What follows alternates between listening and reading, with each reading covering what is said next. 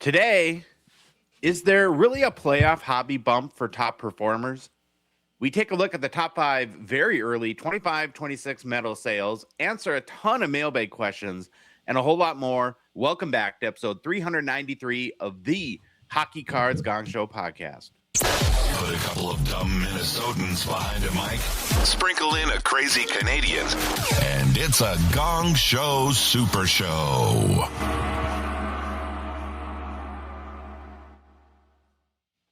Hello, Baba Louie. Hello, Philip. How are you guys? What's going on, boys? How's everybody doing? Great. We're doing good. We're down a soldier. We lost Victoria at the last blue screen of death situation. Never fun. No, poor Victoria. It'll be okay. Well, we hope it'll be okay. I'm sure it will be. Well, the worst that happens is you need to reformat your computer usually or get a new one. So there you go. Well, I now have the post-expo plague, which is annoying. So once again, went a long time without being sick, and now I was sick pre-expo and post-expo, and I want it to be over, but I think I was hanging out with you too much, Louis. You were sick. Got me sick. Probably. Okay, we have a huge show, so I just want to get right into it. First, we got to talk about Saturday night. We had an amazing first night of Gongshow breaks. Grant from GP Sports flew in from Toronto all weekend, help us kick it off and train us up on how to be good breakers someday. Someday. Yeah.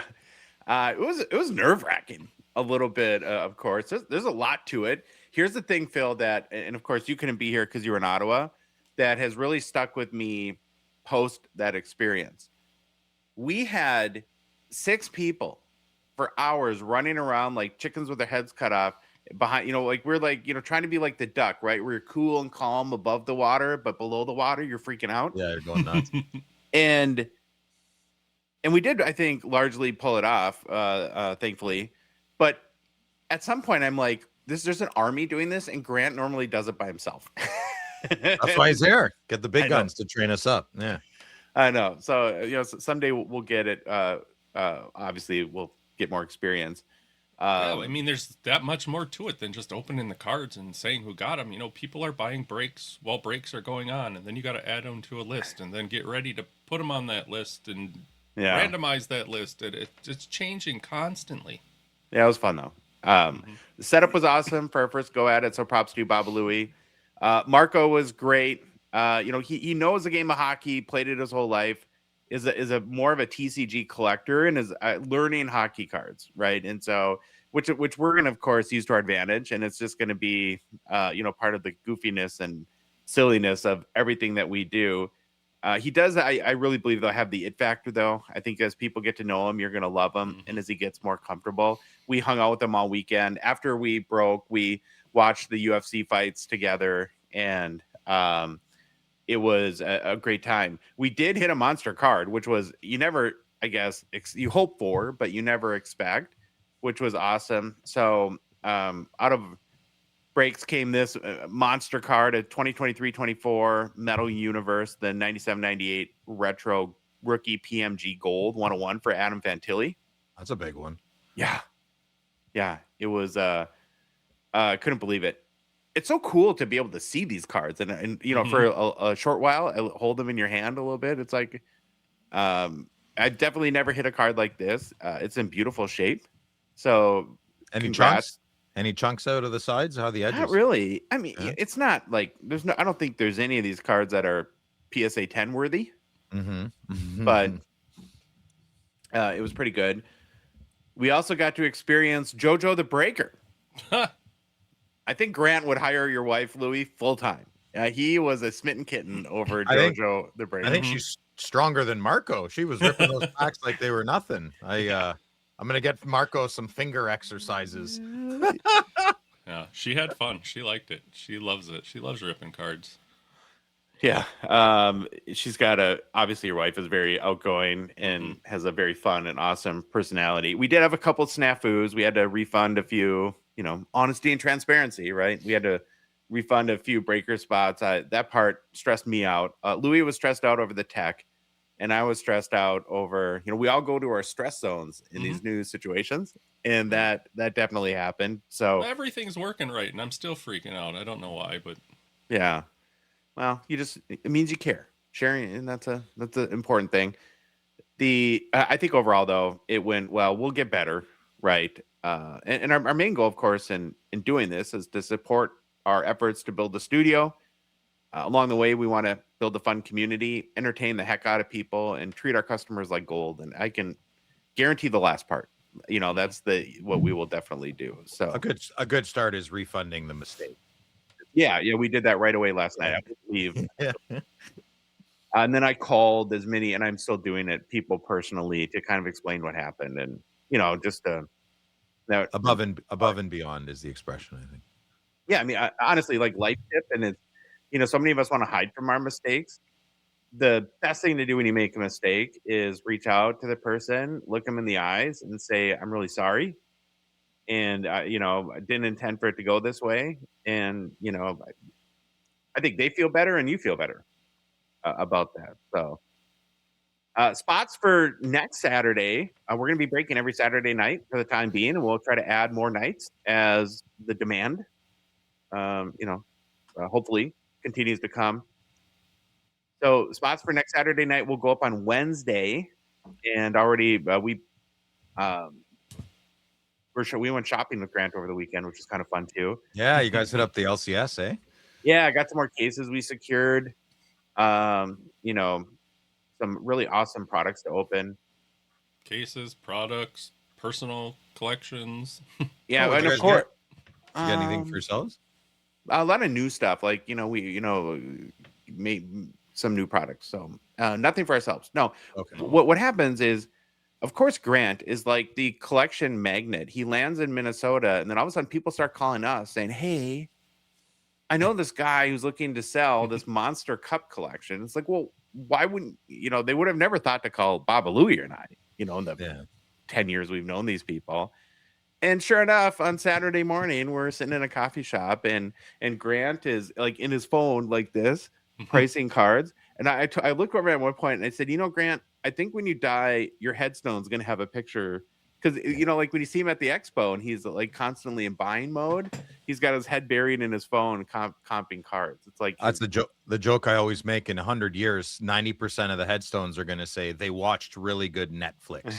That's amazing. That's the whole world. How many? I usually can tell Grant's stress level with the juice boxes. How many did he go through at that point? 3, 4, 8? He was kind of goofy. He didn't really go through it. People that drink juice boxes aren't generally serious people. Yeah, I mean, it was a different side of Grant. I think he's like the professional breaker, and right now we're the goofballs because that's kind of who we are. Yeah, I saw a couple of times in the chat, and everyone's like, "I love you, Marco, but maybe you need to get Grant." That was pretty funny. Yeah. Well, you got it. That's the whole reason he's there. And big shout out to the chat for a lot of people being understanding of that. Like we had so much good support in there. I'm a moderator. Just want to let everybody know. And, you got your hammer, right? Yeah. Well, it's a ranch on there, but I like to say it's the hammer. Yeah. Very supportive chat. Very, very great group. Very flattering, the following. Thank you for the support, everybody. It's great. Yeah. When Marco gets his sea legs, people will love him. There's the charm is there, man.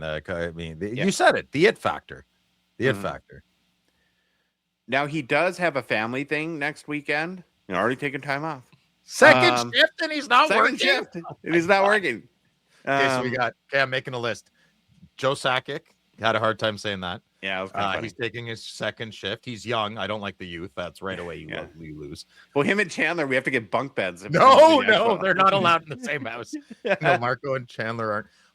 Chandler would be a phenomenal breaker. Yeah. We haven't talked about that. Chandler would be another.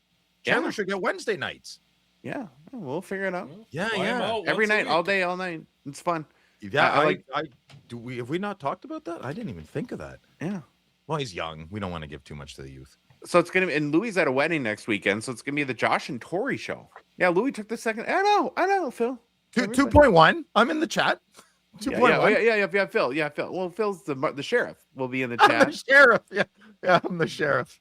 Never thought I'd say that. Don't worry, I can still control it. I can I set that other PC up so I can jump into it from anywhere. Oh, believe me, Louis will be at the wedding. They'll be saying the vows. There will be people crying, and his phone will go off, and it'll be, Louis, get on and fix the, that'll be me. And then because we appreciate consistency so much, the week after it'll be the Marco and Tori show, as Louis and I will be. Prior summer commitments, I guess. I know. Last thing I want to say is thank you to all that participated.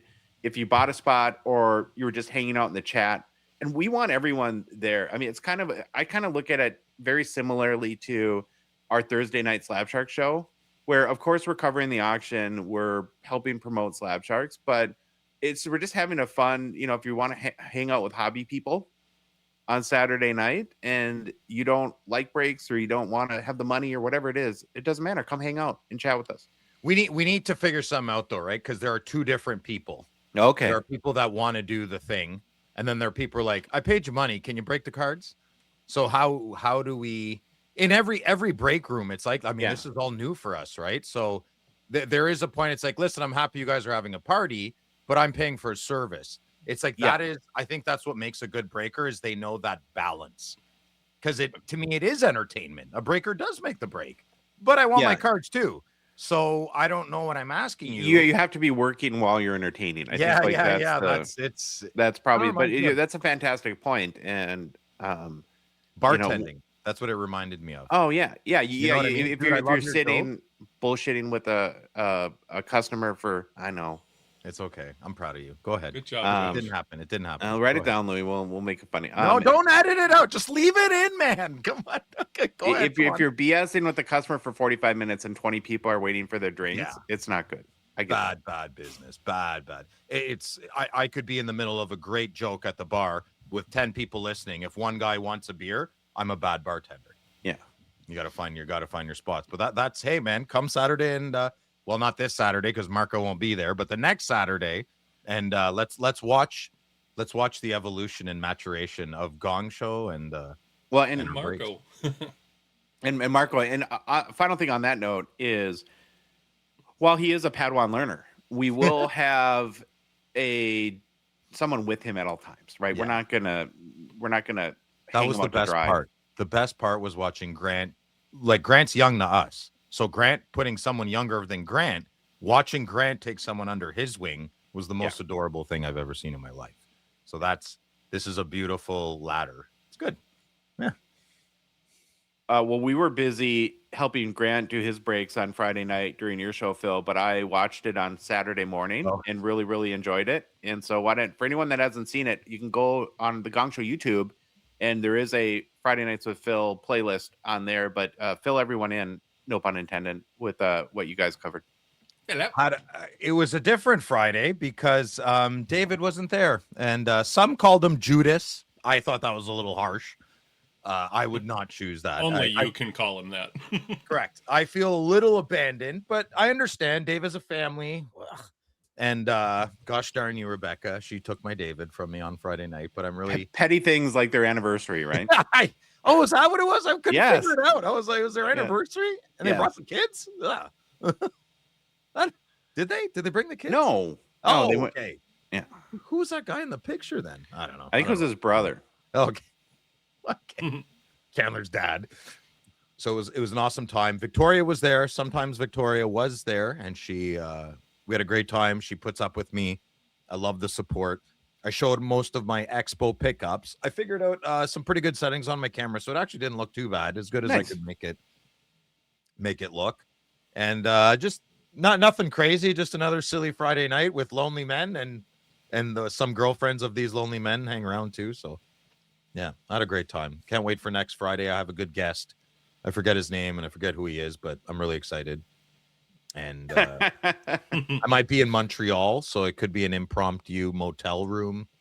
Oh, are you doing motel in Montreal or hotel? I don't know. Well, I have friends and family in Montreal. I mean, you're at my sister's house on Saturday nights. Yeah, can you do it from your sister's house? Yeah, I know.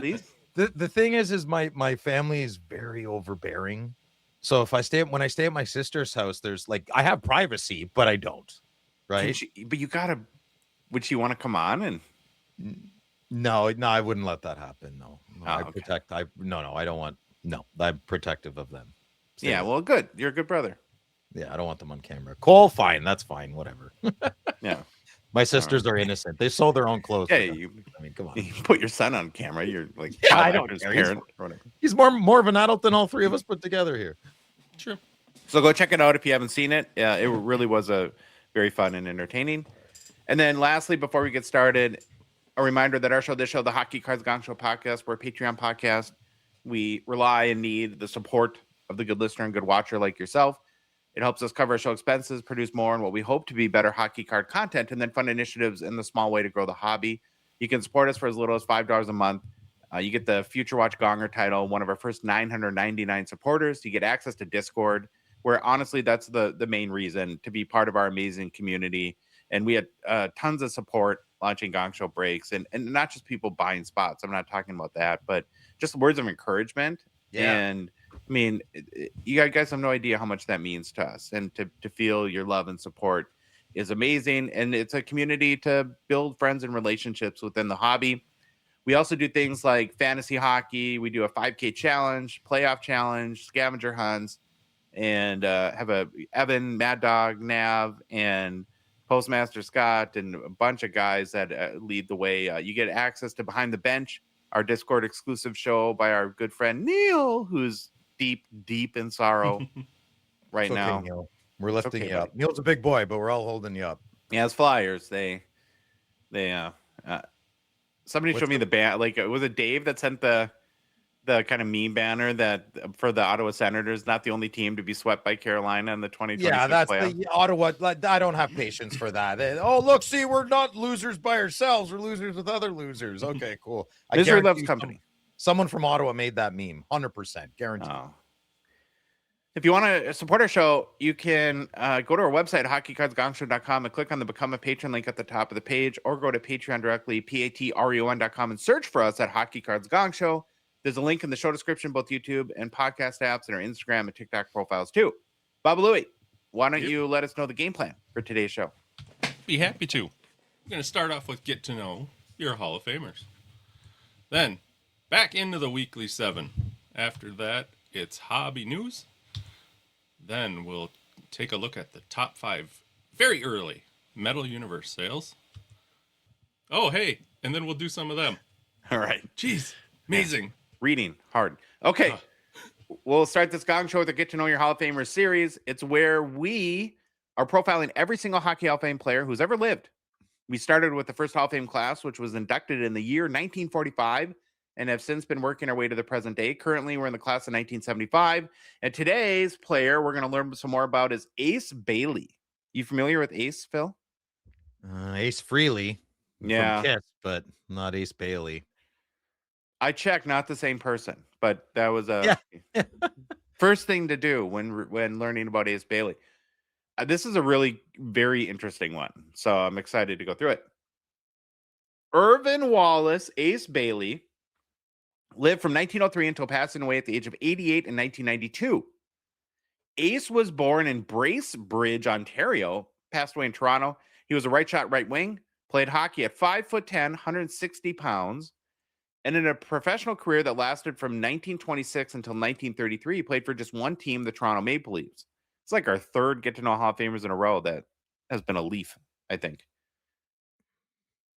Bailey led the NHL in scoring in 1929, won the Stanley Cup in 1932, and in 316 career NHL games scored 111 goals, added 81 assists for 192 points, while accumulating 472 penalty minutes. It's a lot, 472 in 316 games. He's a clean player. It's good. I guess. In 21 career playoff games, he scored 3 goals, added 4 assists for 7 points with 12 penalty minutes. He was the first player in NHL history and all of professional sports to have his number retired. Much more on that in a few minutes. And after his career ended, he would go on to coach the University of Toronto hockey team and worked as a timekeeper for many years at Maple Leaf Gardens. Maybe it paid well. Good position. Well, I think it had more to do with that hockey didn't pay well. Yeah. Yeah, good point. And it could be emotional. Maybe just didn't want to leave the smell of the ice, right? When I walk into a rink, oh, it's a great smell. I thought you were going to say a locker room for a minute. I'm like, well, what's your No, not a problem? fan. No. Why you should care about East Bailey. He was born in Ontario in 1903, but his hockey path really developed after his family moved to Toronto from Bracebridge, where he grew up playing in the Toronto hockey system. Bailey was not originally set on becoming a professional hockey player. As a young man, he enrolled in the University of Toronto but kept playing the game and eventually spent the 1924-25 and 25-26 season with the Peterborough Seniors. His play in Peterborough caught the attention of the Toronto St. Patricks, who convinced him to try out for the NHL club. In November 1926, Bailey signed with Toronto and began what would become a short but historically important NHL career. Bailey arrived in Toronto with speed, a strong shot, and enough offensive ability to make an immediate impression. He joined the St. Pats during the 1926-27 season. The same season, the franchise was sold to Conn Smythe and renamed the Toronto Maple Leafs. In his first NHL season, Bailey quickly showed he belonged. He scored 15 goals and 28 points in 42 games, giving Toronto a young winger who could produce offense at a time when NHL scoring was much lower than it is today.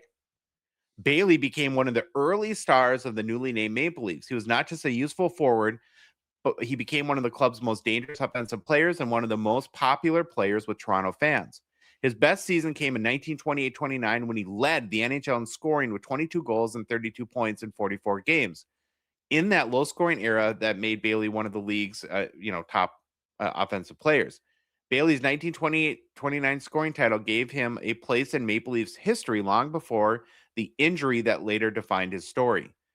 He was not remembered only because something tragic happened to him. He had already been one of the best players in the NHL. Bailey followed that scoring title season by again leading the Maple Leafs in scoring in 1929-30. For a few seasons, he was one of the main offensive engines in the Toronto lineup. In 1930-31, Bailey came close to another scoring title and remained a key part of the Leafs' attack. His best years were brief, but at his peak, he was one of the most productive forwards in the sport. He played right wing and was known for his skating and shooting ability in the late 1920s and early 1930s when teams played a tighter, low-scoring game whose traits made him stand out. In 1931-32, he helped Toronto win the Stanley Cup. The Maple Leafs swept the New York Rangers in the final, giving Bailey the only Stanley Cup championship of his playing career. His role in the 1932 championship was especially memorable because he scored the cup-winning goal of Game 3 in the final. It became one of the biggest on-ice moments of his career. By the 1933-34 season, Bailey was still only 30 years old and should have had more hockey ahead of him. Instead, his career changed forever on December 12, 1933 at Boston Garden. That night, Maple Leafs were playing the Boston Bruins when Bruins star Eddie Shore was hit hard by Toronto defenseman King Clancy.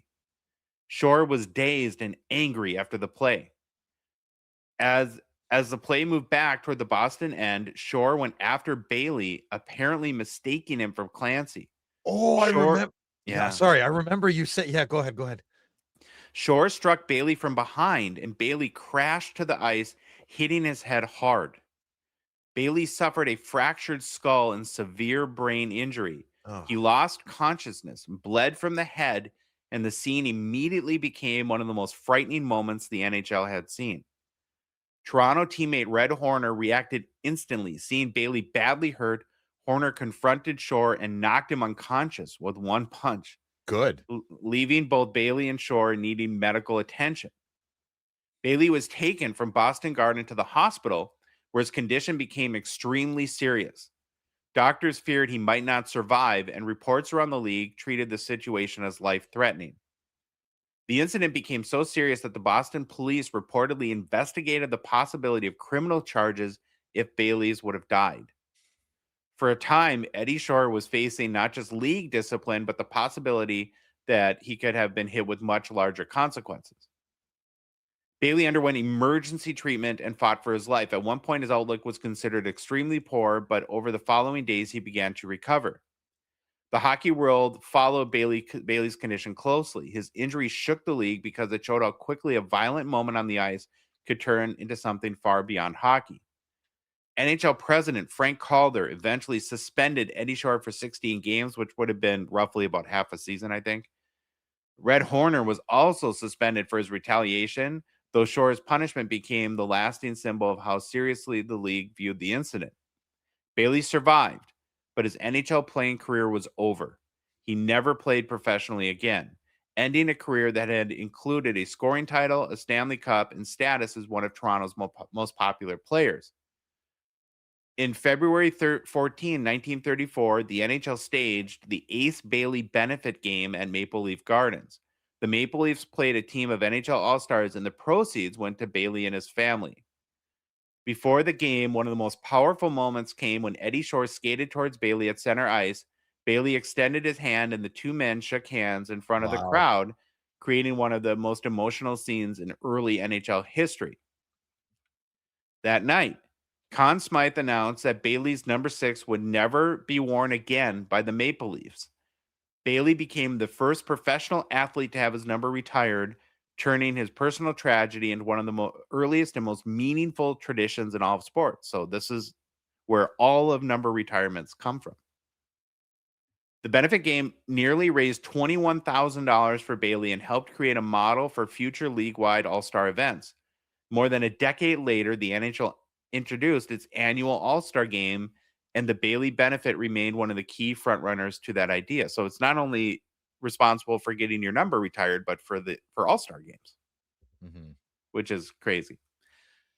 In conclusion, Bailey's career was short, but his impact was enormous. He was an NHL scoring champion, a Stanley Cup winner, victim of one of hockey's most infamous injuries, and a player whose number 6 helped begin the tradition of retiring numbers in all of professional sports. So, I mean, we know why he kind of won that by default, but I don't think he would trade that, right? I'm sure he'd rather be in the Hall of Fame based on merit, not because he got schmuckered, Yeah, I think that you can make a case for certain people for their impact to the game. And it sounds like, like that, Isn't it crazy how violent the old, but like you think of, so what's the most recent thing that popped in my head? I guess would be Ridley Gregg when he hit Sean Walker with the punch with the glove on. Not good. I actually want to take this opportunity to not laugh at that. That wasn't good. That was actually, but to me, it's Ridley Gregg. He's not a big guy, small. He left his glove on. He didn't swing. It wasn't enough. Anyone who knows fighting, that's not a haymaker. It's inappropriate. Right. That's what, and I'm surprised. I think he should have got suspended more than 2 games for Ridley Gregg. But you heard what I just said, right? He punched a guy on with 40-ounce gloves. Yes, the guy was in a headlock, but think of Radko Gudas, knee on knee with Matthews. Yeah. I heard things like this man is disgusting and he never needs to play hockey again. It's those people who make those blanket absolute statements. Chris Simon, 20 years ago. Actually, that's a bad example. That was bad. But let's just keep these stories in mind. Not that it's right or wrong, but it's not that long ago. It's only 100 years. And, it was it must have been horrifying to be in the arena that night. Horrifying, right? 1-punch knockouts. Imagine you brought your kids to that game. That's bonkers. When OG Troy and I had season tickets for the Wild, one game we went to was a game where the Wild still defenseman Jonas Brodin got hit in the mouth with a puck. Oof. And he immediately went down on the ice and a pool of blood formed. It was terrifying, man. He was okay and had jaw surgery and all that, but it's not one. I was gonna say maybe it looked worse than it was, but jaw surgery, no thank you. No thanks. Okay, let's take a brief look at the Ace Bailey hobby market. So here's a player who's basically, he has 5 rookie cards, and they were all the same, and that's it, right? Because it was the 1933, the gum year, where all the gum companies came out with hockey card sets. The first one to look at is the 1933 V129 Anonymous set. Card number 3, the PSA 7 we're looking at on YouTube is the highest publicly selling copy, sold for $4,000 US in October 2021. Next, hold on. How is this an anonymous set? We can find murderers from 200 years ago with DNA, but we can't find who made a hockey card. Come on. That's insane. Jeremy Lee. I don't know if he's listening, but Jeremy, find out. You're tall. Just look around. I don't know. Good point. Yeah. Next, we have the 1933 Hamilton chewing gum set, card number 11. I love the mint kind of color of the background here. I do. It's all you, brother. That's not for me. The PSA 7.5 featured is the high selling copy, sold for $3,550 in March 2021. Next rookie card is from the 1933 Sport Kings. This was a multi from Gaudy, a multi-sport set. This is kind of weird. It looks like you know what it reminds me of? A horror movie? Yeah, the old Rudolph like cartoon from the 1950s. Yeah. Oh, the Santa.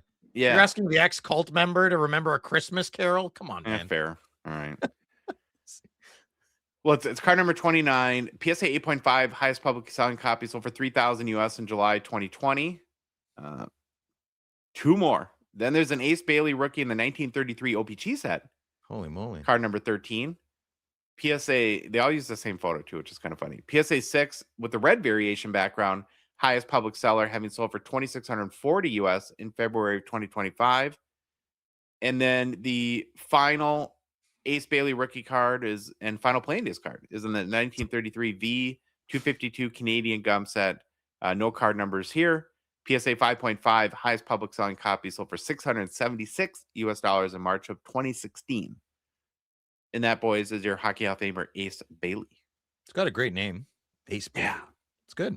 Sounds like I feel like you're automatically cool. Like, do you think that certain names make you automatically cool? Well, you better be cool with a name like Ace. Yeah. You know, it's like Gloria. How many Babe Glorias have you met? Not too many. Yeah. Works the other way or two, you know. Fair. Sorry if your wife's name is Gloria. I'm so sorry. Yeah. That was my grandmother's name. But was she cool? Oh, yeah. Okay. Well, prove feel wrong. Yeah. There we go. All right. It's time again for us to dig into what's happened in the past week in the NHL and translate the biggest news and updates to our beloved hockey hobby. We call it the Weekly 7, and here we go. Let's skate on over to the NHL. Love that. I know how happy that makes. I'm not laughing because it's funny. I'm just laughing because I know how happy that brings me joy. The simple for like things a year, this guy couldn't finish. He would ask people at restaurants, "Excuse me, I see you watching the hockey game. Do you remember like 30 years ago there was this guy?" Jim Houston, I think. I think it's Jim Houston. Oh, really? I think. I don't know. Well, big shout out to Discord member Headphone Activist who did that for me. That, of course, it's an audio file who broke it down. Yeah, he went all CSI in his basement. Yeah. All right, we got to start with a playoff update. Because of the Expo, we haven't talked hockey for forever, really, on this show. We have one team so far that's advanced into the conference finals. The Carolina Hurricanes have swept the spunky Flyers, will advance to the Eastern Conference Finals. Matvei Michkov, again, a healthy scratch in the game for him loss. That's so isn't this a case study for the Cards, right? A super prospect, a super prospect, and then a healthy scratch in the playoffs. That this needs. Where's Victoria? Oh yeah, that's right. She's not here, but she'd be perfect to analyze. Well, you'd be too, checklist boy. But like from a hobby point of view, isn't this data points? Like the next few months are hard data points, right? Okay. Not every prospect works out, even the ones that we're excited about, and it's very early. He could, I hope that he has an amazing comeback year next year. That would be an awesome story for the hobby and for the NHL. To that point, we're at our local hobby shop with Grant, and he's wheeling and dealing, and I'm useless, so I'm just walking around and looking at the cases, and I see a Michkov Young Guns for $25. Oh no, you didn't. It's like, whoa. It's got that bad. Yeah. Oh, poor. What? Why didn't he put the chips down? Is it the conditioning? But I think that didn't help. Yeah.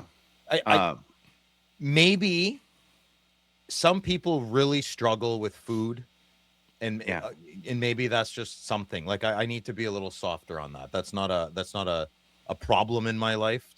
I want to eat cake every day. Every day I want to eat cake every day, but I don't because you're not supposed to. So maybe Matt, maybe that's just his vice. That's just his thing. they get him a coach. Well, we all have holes to fill, and some people fill them in different ways. That's the way I look at it. And he meets the right woman, she'll change his life. That's what the Flyers organization should do. Hooking him up. Good, strong woman behind every good man. In the past week and a half or so, too, we've also seen Porter Martone come back to earth a little bit. Yeah, Matt Vaihu. Yeah. He finished his postseason not bad for a young kid. He had 2 goals and 5 points in 10 games played, but I think was scoreless the last number of games, or not very as productive. But he played. Yeah. And then of course you have Carolina, who looks really tough. Not a lot of star power to drive hobby excitement or big TV ratings, but a line after line of death. Yeah. Mm-hmm. Well, and you look at it now too, like where some of these other series are at. I think on the other side, the other part of the Eastern Conference Finals, Montreal and Buffalo at the time of recording they're going into the 3rd game, and they're done.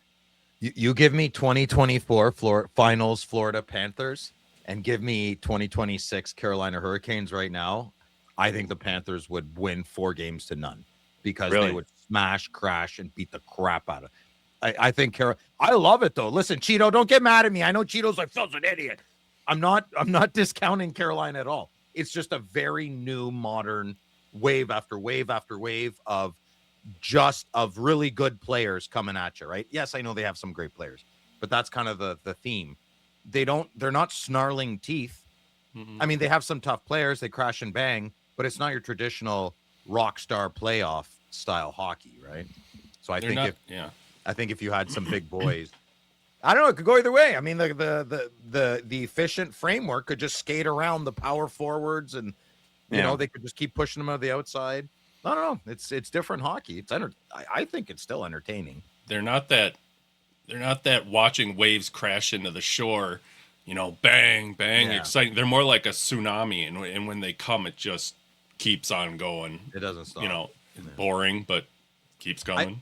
I don't find myself going out of my way to watch. Maybe that's because they beat Ottawa, like secret hate. But I don't hate them. I kind of like them. Have you been watching the Canadiens and Buffalo at all, Phil? What do you think about that series so far? I feel uncomfortable talking about it publicly. I'm really enjoying some excellent hockey this year. I think it's a great series. I think the boys are both playing hard on both ends. I think game 1 was a schmuckering one or the other. Game 2 was the flip side of that coin, and I'm very excited for game 3. Yeah. That's my official gray area vanilla statement, which has already happened. I'm so sorry. No, that's all right. So has your heart kind of adopted Montreal now that your Canadian or the Senators are out? Oh no, Montreal will always be my second team, no matter. I hope there's not an autopsy when I die. Then they open me up. They're like, this guy's got all Montreal Canadiens inside of him. Like, no, that's my legacy. Yeah, I'm very conflicted all the time with my Sens, and because people in Ottawa, they don't have hate for the Leafs. They hate Montreal. So I'm really outnumbered here. This city's beef is with the Habs, not Toronto. They're trying to beat Toronto over here. Mm-hmm. Yeah, it's tough. On the other side of the bracket in the Western Conference, we'll start with our Wild.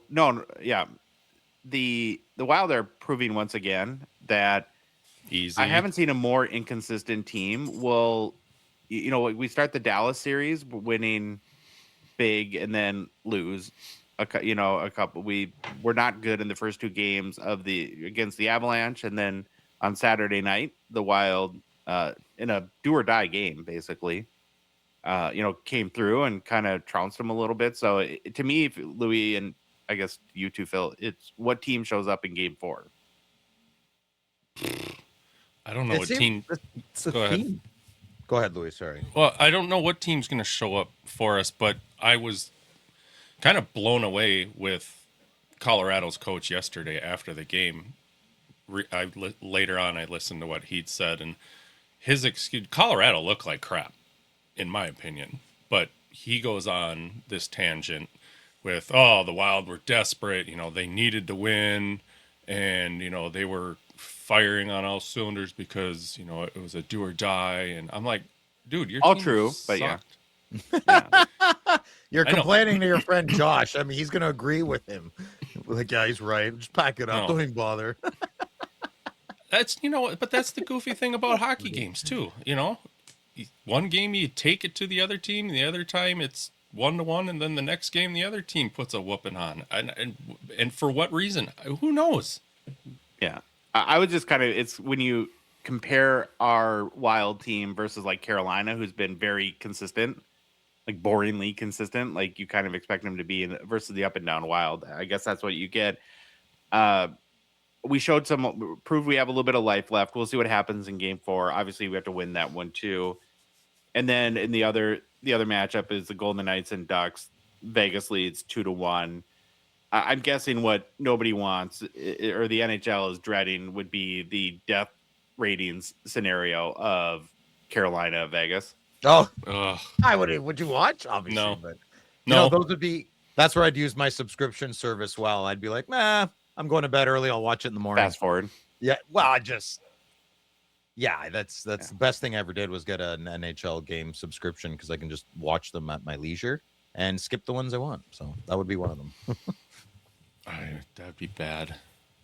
Yeah. Well, there's a scenario too. Like, let's say Buffalo advances, and I mean, as much as I hate to say this, our Wild advances, and then you have your remaining teams would be Buffalo, Minnesota, Carolina, and either the Ducks or the Golden Knights. That's not a lot of star power to drive big TV ratings for the Stanley Cup final. You want Wild or Avalanche if you're us, I guess, right? Yeah. And I don't really want anybody else. And Buffalo, Montreal would be nice. Like Wild Buffalo would be amazing. Yeah. Wild Montreal would be Yeah. amazing. But that'd be incredible. Get rid of these southern states nonsense. If we get past Colorado, I like our chances to get to the Cup finals. I'm not saying it's a guarantee, but I like our chances. It almost wouldn't make sense any other way. I mean, Colorado's kind of your big obstacle here. Right. You just got through the biggest two if that happens. And yeah. All right, let's move on to topic number 2, the playoff scoring leaders. So have you guys been paying attention at all to that? Who's leading scoring? The goalie is Frederick Anderson's goals against was pretty wild, man. It was like 110 maybe, or far ahead anybody else. I don't even know. Standing on his head. That's for sure. Mm-hmm. Crazy. And he was a question whether he was going to even be started or not in the beginning. Yeah. I haven't paid much attention as we've been in the expo and doing all of our stuff the past couple weeks, and a little surprised when I checked in, kind of pleasantly surprised, if I'm being honest. Normally when I do this, I'd go through the top 5, but there's a big tie at the 5th. So there's 8 players we'll run through very quickly. That being said, no real shocking names. Well, maybe one a little bit. So leading the way so far is Kirill Kaprizov, who's got 14 points and 4 goals in 9 games. Number 2 is Mitchie Marner with 13 points. He's tied with actually Quinnesota and Mitch Marner both have 13 points, but Marner has 6 goals versus Quinn Hughes 4 goals.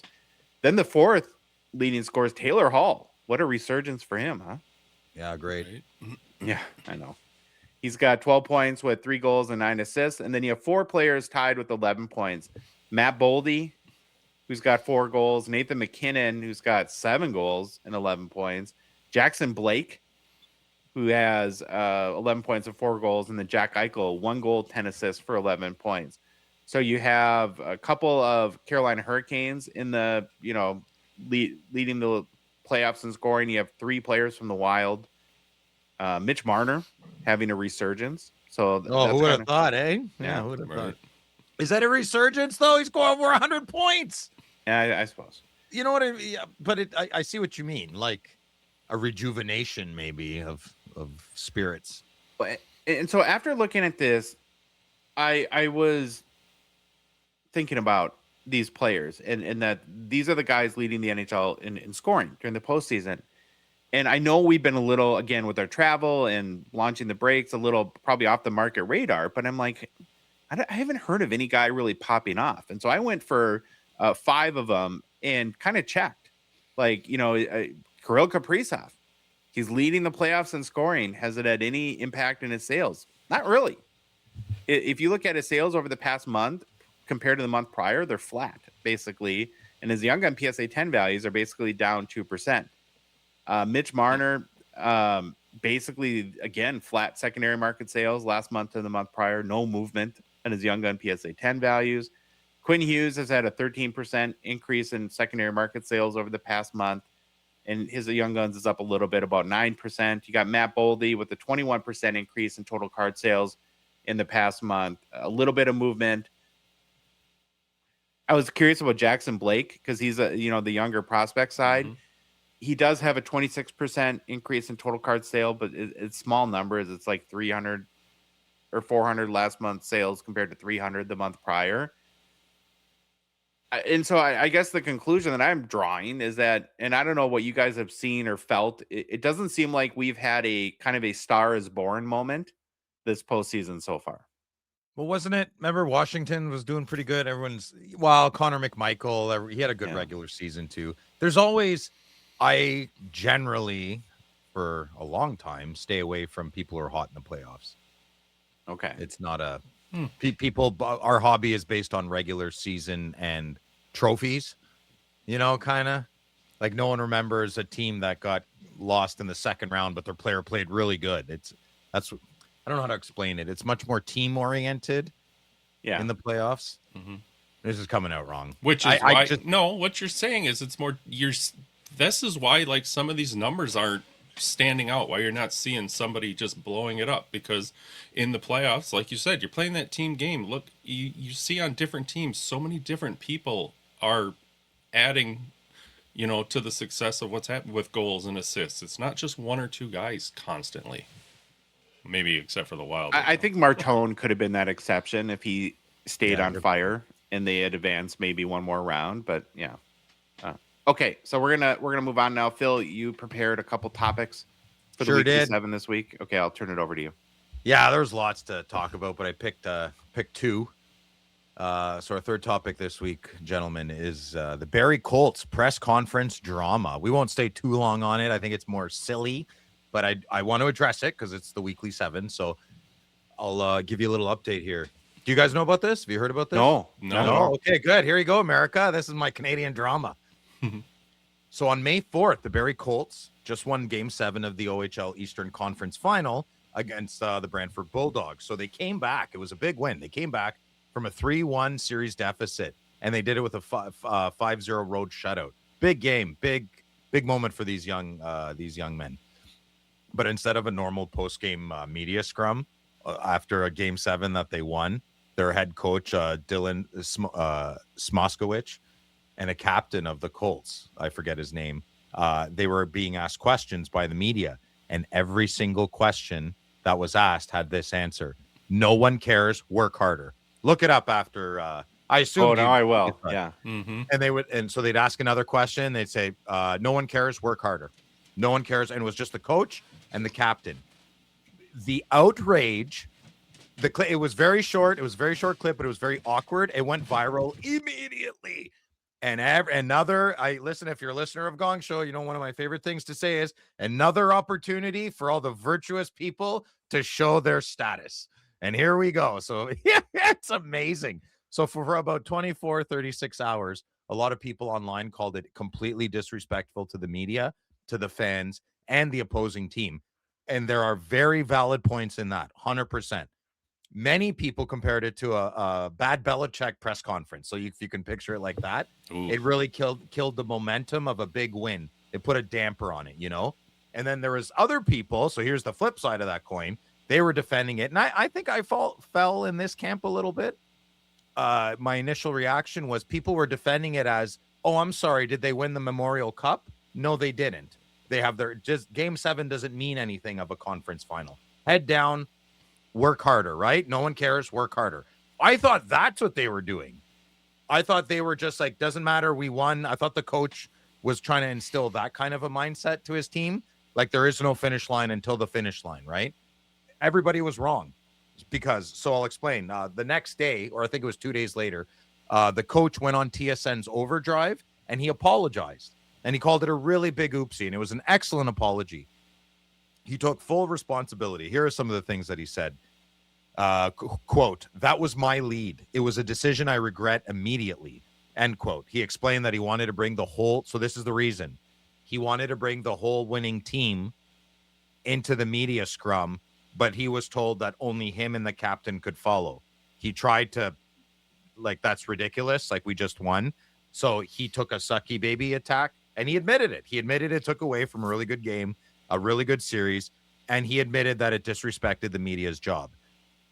I don't know how I feel about that. Like, what does the media have that right?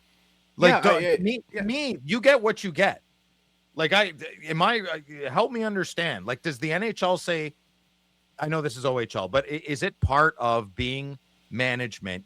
That is your job. You have to talk to the media. Yeah. Mm-hmm. Oh, okay. Because the media plays an important role in promoting your sport, right? It's vital to what I mean. Think about if the media wasn't willing to cover or wasn't incentivized to cover, however you want to look at it. That wouldn't be good. That wouldn't be good at all.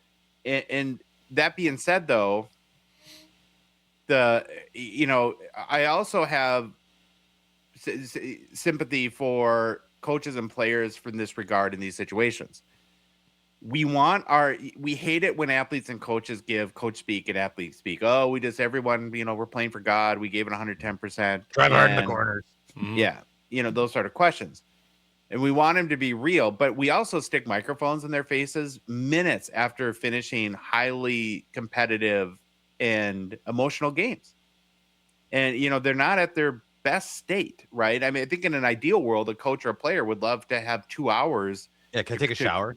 Take a shower, calm down. But, the media cycle can't wait for that. And so it is part of the job and part of professionalism. But I do understand, though, when emotions take over at times, because we want them to care. We want them to be emotional. Passion is great. Stuff like that. Passion is fantastic. I think the best kind of reporter would make someone who played the game. I'm not saying that someone who played the game and didn't make it, like a former OHL captain, like a guy who made it 28, 29. He's like, all right, I'm going to start a family. I'm not making it to the show. Sorry, OHL. What am I talking about? A minor league, right? Like a journeyman in the AHL.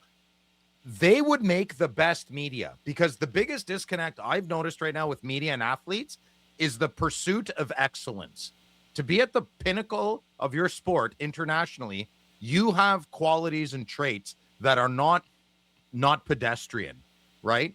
The media, I'm generally, I mean, I'm sure some of them are exceptional people, but generally do have very pedestrian traits. Wake up, go to work, do your thing. You're done work at 5 or whatever your weird hours are.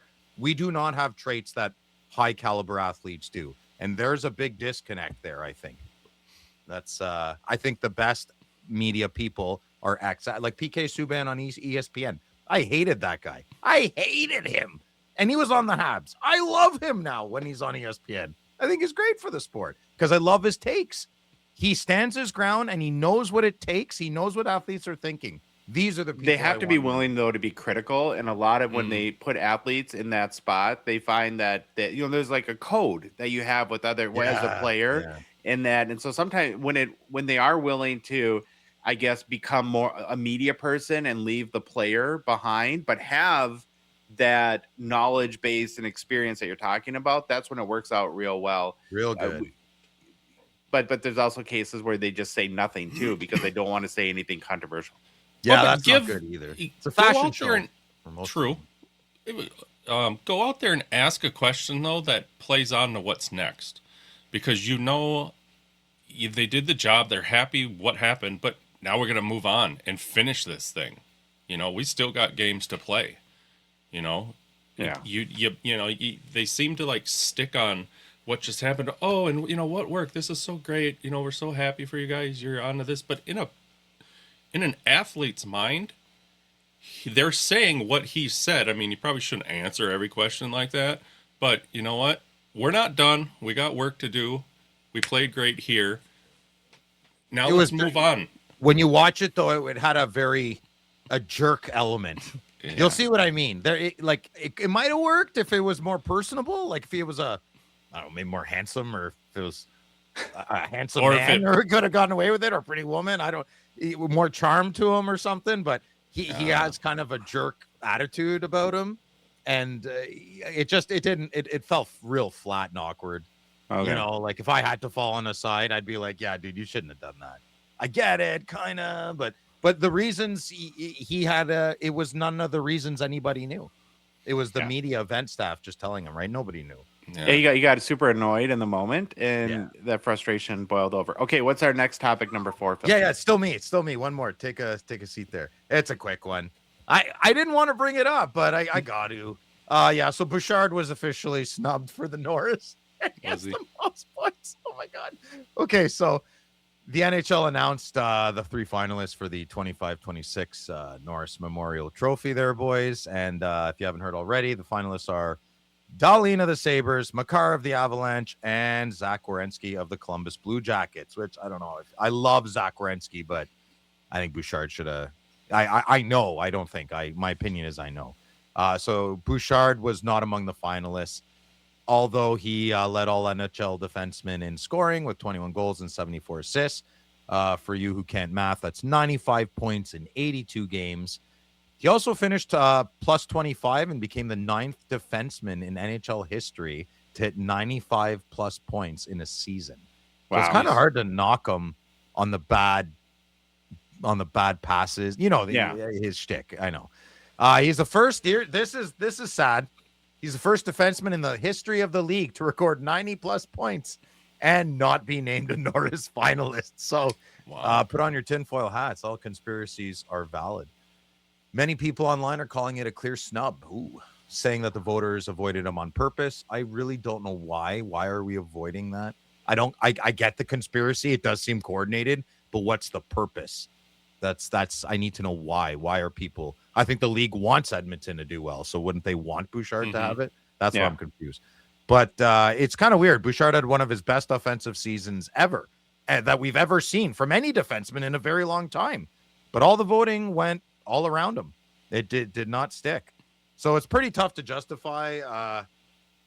I know the Norris is a defenseman and it's not an offensive kind of thing, but come on, man. This alone, only defenseman in the history of the league to get 90 plus points and not be nominated. That's a change.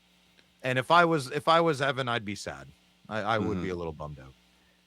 Here's how I look at this, right? So it feels like any season that Cale Makar has a pulse going forward, he's going to be pretty much cemented in as a Norris finalist. So that Arnold in the Olympia. He shouldn't have won his last one. You know, Mike Mentor should have won. I don't know if you know bodybuilding, but Arnold won because he's Arnold. Yeah. And he shouldn't have won. He should have won like 4th place. I'm sorry, Arnold, but it's true. I'm sorry. And so now it's a 2-person race, right? And then you have Rasmus Dahlin, who had a great year, but he's the big sentimental guy because of his fiance, and she had a heart transplant, right? Yeah, Buffalo, the Magic. Yeah, and then Buffalo's Magic season. And so now it's kind of a race of one. And it's Zach Werenski, Evan Bouchard, and probably you could throw Quinnesota as a 5th in there. And I'm not saying Hughes deserved to be a finalist, but he could have been. But there you go. I'm surprised at Werenski. I really don't think you should be a finalist if your team's not in the playoffs. I just don't see that. I think like you had said about the defensive thing, I think the whole how they're going to structure, how they're changing in their heads, defining this is they're going to start looking for two-way. They need 2 awards. I'm really believing that going forward. They need to keep the Norris, the offensive defenseman award, and then come up with the Larry Robinson award or something like that. Yeah, the Larry Robinson award. I'm Larry Robinson collector. Well, PHL expansion is happening, and it looks like they're going to go big for next season. They're going to add 4 teams to a current 8-team league. So that's a 50% growth in 1 year. And they have announced officially the first new market, which is Detroit, which I guess, makes sense. And then starting May 28th, expansion teams will be permitted to contact potential players, after which they will compile a 20-player negotiating list and can offer big contracts to a maximum of 5 players. This includes the opportunity to sign 1 player to a franchise offer with a minimum annual salary of $100,000. So, I mean, they're at least making $100,000 now, allowing players to choose contract duration of 1 or 4 years. So that what they're not going to do is they're not going to do an expansion draft, because I think like players and existing teams were freaking out. Like if you're going to add 4 teams, you're going to pillage our current rosters. And it's, and I think too, the league is just starting to get popular and people are starting to fall in love with some of the players on the team. And it's like, now they're gone, that's probably not a good thing either. And so those were, concerned. Home games for Detroit will be played at Little Caesars Arena. Black and silver will be the team's primary colors, with white and red as accent colors. The red will be an homage to the Detroit Red Wings. Nice. Now Chicago is the sole NHL Original Six market without a PWHL team. There are 3 more team announcements coming for next year, so we'll see if 3 more next. See, there's 4. They're going from 8 teams to 12. That's where I get not that I have any say in any of this. No, but I don't. I don't follow it closely either. But I want a successful women's league. 100%. Yes. The more hockey everywhere is great. But yeah, I just there's a excitability. Anyway, we'll see what happens. I hope nothing but the best. So far, of the 8 existing teams, 4 are in Canada. You have Toronto, Montreal, Ottawa, and Vancouver. And adding Detroit will give the USA 5 teams: Minnesota, Boston, New York, Seattle, and then now, of course, Detroit, with 3 teams to be announced.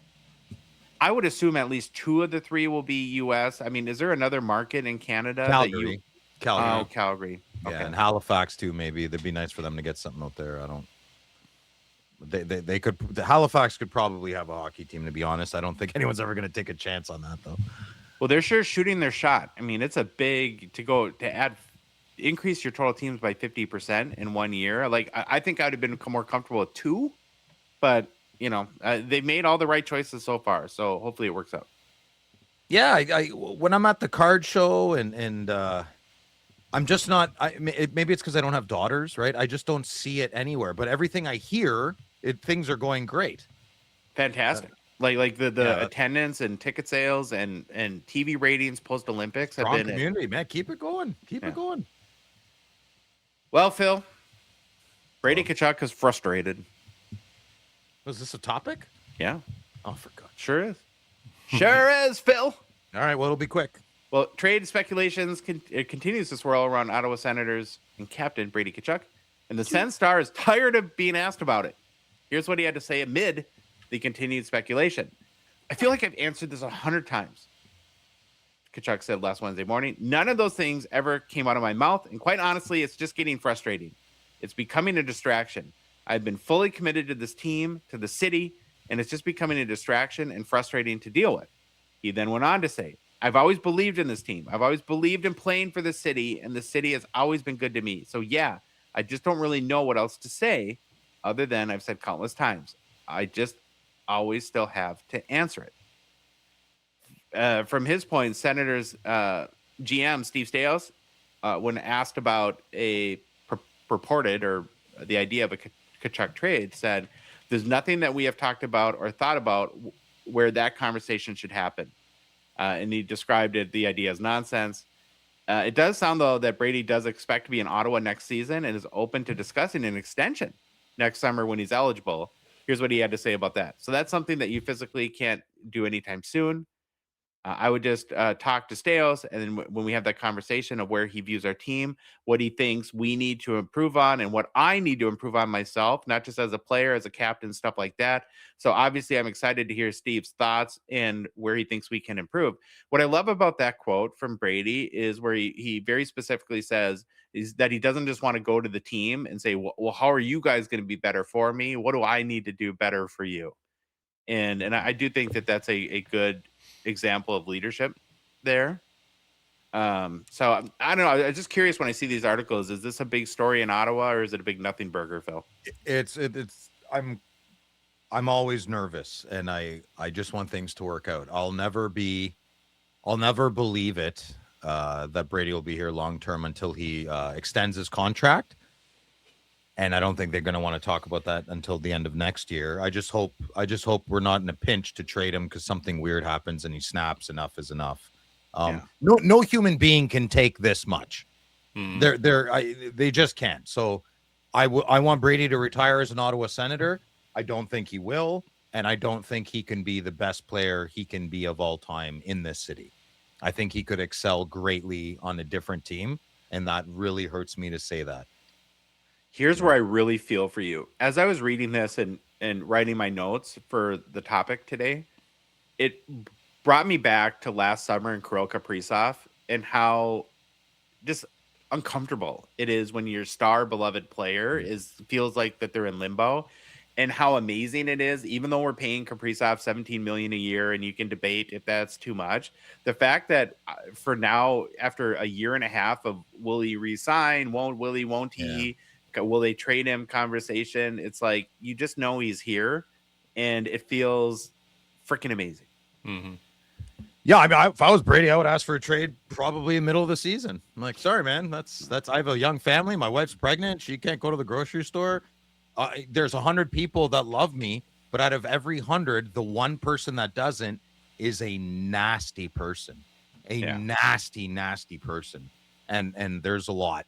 And I would not. I don't think the Tkachuk family is one to plant their roots here. So I would love him too. I would love Brady. Chris Neal. You had just interviewed Chris Neal. He's not from Ottawa, but he loved the city. They embraced him, and it went really well for Chris, right?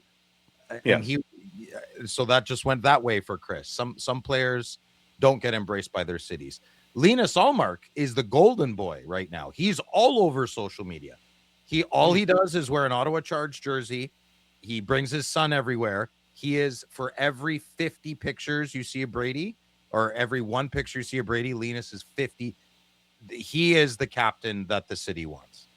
Okay. Well, yeah. Brady T is a 2018 Young Guns PSA 10 pop, 992, 63% gem rate, less over $136 US on May 2nd, down 1% in the past month, but still up 11% in the past 3 months. 52-week high is 232, and somehow, Phil, somebody bought a Brady Tkachuk Young Guns in the past year PSA 10 for $21. Oh, no doubt. Yeah, dropping like, but I said it before. I sold a lot of my Brady's. I still get DMs weekly of people that want big Brady cards and willing to spend. So I don't know. He's a weird one in the market. I have no idea what I have. I don't know how to price that. He's an odd one. Is Ottawa all over him just because he's got the C on that jersey, or would it be the same without it? That's a very good question, Louis. I don't see how Brady would have not. He's just such a presence. How could he not? Even if he was an assistant captain, it's the Olympics, man. The Olympics really did a number on him.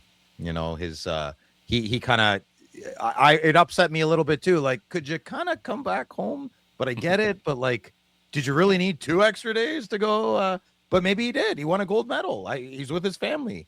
I'm nobody to judge that, you know, but I didn't feel like his head was in it to win it on that one. That, you know, the Olympics is very important to you guys, and I understand that it sucks that you lost, and then I also think that the Tkachuk vibe, and I'm talking about the whole family. I think he's a victim of his dad and his brother a little bit too. Yeah. And then, believe me, we are not a political show, but they do have more of like the right wing vibe to them. And I don't think that plays well in your city either. I think you're accurate, Josh. Yeah, I think you're accurate. And you can't play the middle here very easily. They'll get you. And they'll get you with smiling. Yeah. And calmness, and poor Brady. Okay. Last topic is I want to talk about Connor Bedard, and I've seen a lot of articles in the past week about his what's likely an impending extension signed this summer, and how much will he make and how much should he make, right? Those tend to be the key questions. So our Kirill Kaprizov last summer signed the league's richest deal ever at $17 million average annual value. The cap keeps going up, but then we have had players like Crosby, who continues to resign for $8.7 million right every year, and then such a great number. You had McDavid take a discount as well. And the most a player can make is based on the salary cap. I think it's something like in the 12 to 15% of the total cap is what how the collective bargaining agreement works in the NHL and how much a player can make. And based on where the cap is going, and that it sounds like that but it's a very realistic potential that Bouchard is the first $20 million a year player. No way. You think? Yes. What? Yeah. What does that make Celebrini? 30? Right. I guess it's not like Well, our hobby, whatever right? the maximum probably it can get. And this story reminds me a lot of the news conference, the Barry Colts that you were talking about, in sort of how it's not a super easy topic, because you have this sort of, on one hand, who doesn't want to make the most money they can, right? I always feel weird about saying, like, you should get paid less. It's like, well, how about I go to your work tomorrow and have a meeting with your boss about why you deserve a 40% pay cut. Would you love that? I never thought of that before. That is pretty funny. Yeah. So it's like, and also there is a, like in these situations, right? Connor Bedard is going to be pressured by the team to take less money so that they can build a more competitive team around him. And you can make the argument that could benefit Connor Bedard financially over the long term. I would need guarantees. Yeah. I need it in writing, right?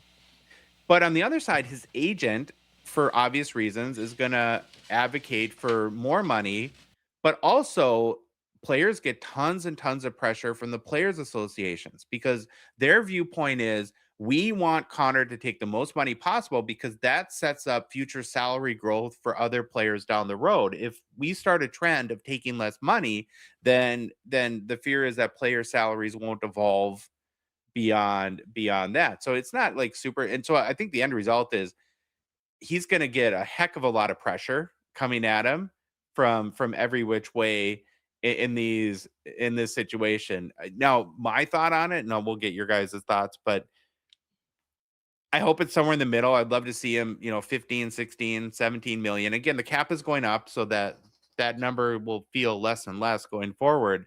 But more so than any potential NHL star, he desperately needs help, in my opinion. He needs imagine had they been able to sign Mitch Marner. Oh my God, yeah. Could you imagine? He needs something like that, and they need the money to do it. And free agency's poopy this summer too. Yeah, it's poopy. And they do have exciting young players. We got to trade them. Got to let go Leonard or Nazar, or we'll take Spencer Knight. I'll mark for Spencer Knight. Let's go. So if you guys were advising Bedard, what would you tell him as far as like how much money he should take? I don't have. I'm the least thing I know or prioritize is contracts, and this is where you need contracts. Troy Senior. This is where you need Troy Senior. Yeah. I think it'd be good at 16, 17, but 20 might be too much. I don't know how to quantify that, Josh. I'm not good at it. I'm not. I like contracts that are 8x8.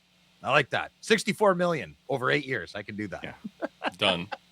All right. Yeah. I think it's a lot of money for a young man, and I hope it looks like he was raised properly, and I hope he has good financial advisors, and that's a lot of money for a young man. Still peanuts compared to, like, I was thinking basketball where young stars now are pushing 60, 70 million a year. For exercising. All right.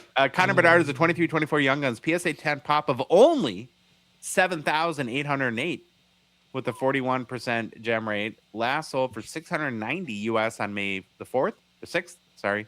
Down 4% in the past month. Still up about 3% over the past 3 months, though. The 52-week high is $1,100 US. 52-week low is $405 US. Remember when we did the countdown of 5,000? Or the Road to Infinity.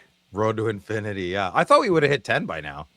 Yeah, it's slowed down. Well, I think the box price thing factors in there, Sure. I know. There's so many cards. Same with, this sucks, man. All these high box prices, because there's like Jake Sanderson's second-year Red Outburst. I need that card. Not one has ever been found. Why? Because 90%, maybe. Do you think 50% of those boxes haven't been opened? I'd say it's about 50. Yeah, I have no idea. I bet you it is. I'd say 25%. That'd be my guess. Okay. Well, Troy told me David. Troy Jr. told me David Adams' inventory of a few of their boxes. I don't know why I was thinking I'd buy a case and the 101's in there up here in Canada. He was like, they have hundreds and hundreds and hundreds of cases of Series 2. It's in there. It's got to be, right? Like, Slab Sharks, the Gongshow partner sponsor, thankful for their support of our show. The current Slab Sharks Thursday night auction is live. You can head to slabsharks.com, get your early bids in, mark your favorites. I figured, and I was right, the first post-expo auction would be a big one. Boom. There's more than 10,000 sports cards available to bid on, mostly hockey. This week's Thursday night auction. Some absolute bangers, too. I don't have a picture of it, but this is worth the trip. If you haven't seen the 2006 The Cup Gordie Howe, it's a game-used patch auto 101, on-card auto. You have to log on to slabsharks.com and see it. It's the top, for obvious reasons, bid right now in all the auction. It is such a cool card and so unique. And I always think they can't make any more of those cards. no, I'm getting as someone who has a right to say something about the game used Wayne Gretzky. Oh my God, listen to me. Stop making the cards. Yeah. Sorry for blowing out your eardrums, but yeah, no more Gretzky autos. None. With 10,000 cards available, though, there is absolutely something for everyone. So good luck on your bids this week. And the reason why there's so many cards in the auction is they're, the biggest hockey auction there is. And, of course, you want your cards in the auction with the most eyeballs if you're selling. Another reason, of course, as to why they're so big and what we think is the best auction, because they absolutely make it simple to sell your cards on eBay. You just box them up, ship them in, and you're done. Plus, if you're in the U.S., we, the Gong Show, have worked with Slab Sharks to take away the hassle of international shipping. You just ship them to us, and we get them into the auction for you. And now, within the last week, with our new enhanced processing process, we'll get your cards into the auction up to a week faster. So we've greatly decreased the amount of time it takes the cards. So there's no lag for international shipping. So for complete consignment information, including payout rates, head to slabsharks.com and get the submission process started today. Hobby news. Okay, got a couple of stories. The first one, just like to do every month, we have the April 2026 gem rate grading recap. Some interesting nuggets from last month in the world of grading. Gives you a good barometer as to where the hobby's at. So PSA, I should say the headline from last month is, for the first time ever, the total cards graded in 1 month in April eclipsed 3 million total cards. Which is cray-cray. PSA led the way with 2.21 million total cards graded. CGC, 690,000 cards, up 15% month over month and 102% year over year. They had 120,000 more cards were graded in April versus March, so some pretty big growth lately for CGC. Beckett graded 97,000 cards, up 70% year over year. So is this like don't call it a comeback for Beckett? I wanted to get a card graded with them. If PSA didn't buy them, I wouldn't have. So I'm a good example of someone who never grades. Yeah, I missed the lineup, so I'm not waiting in line. But when they had at the expo, they had on-site grading. The lineup was out the wazoo. I heard it was like you had to wait hours too or something. It's like, who wants a card graded that bad?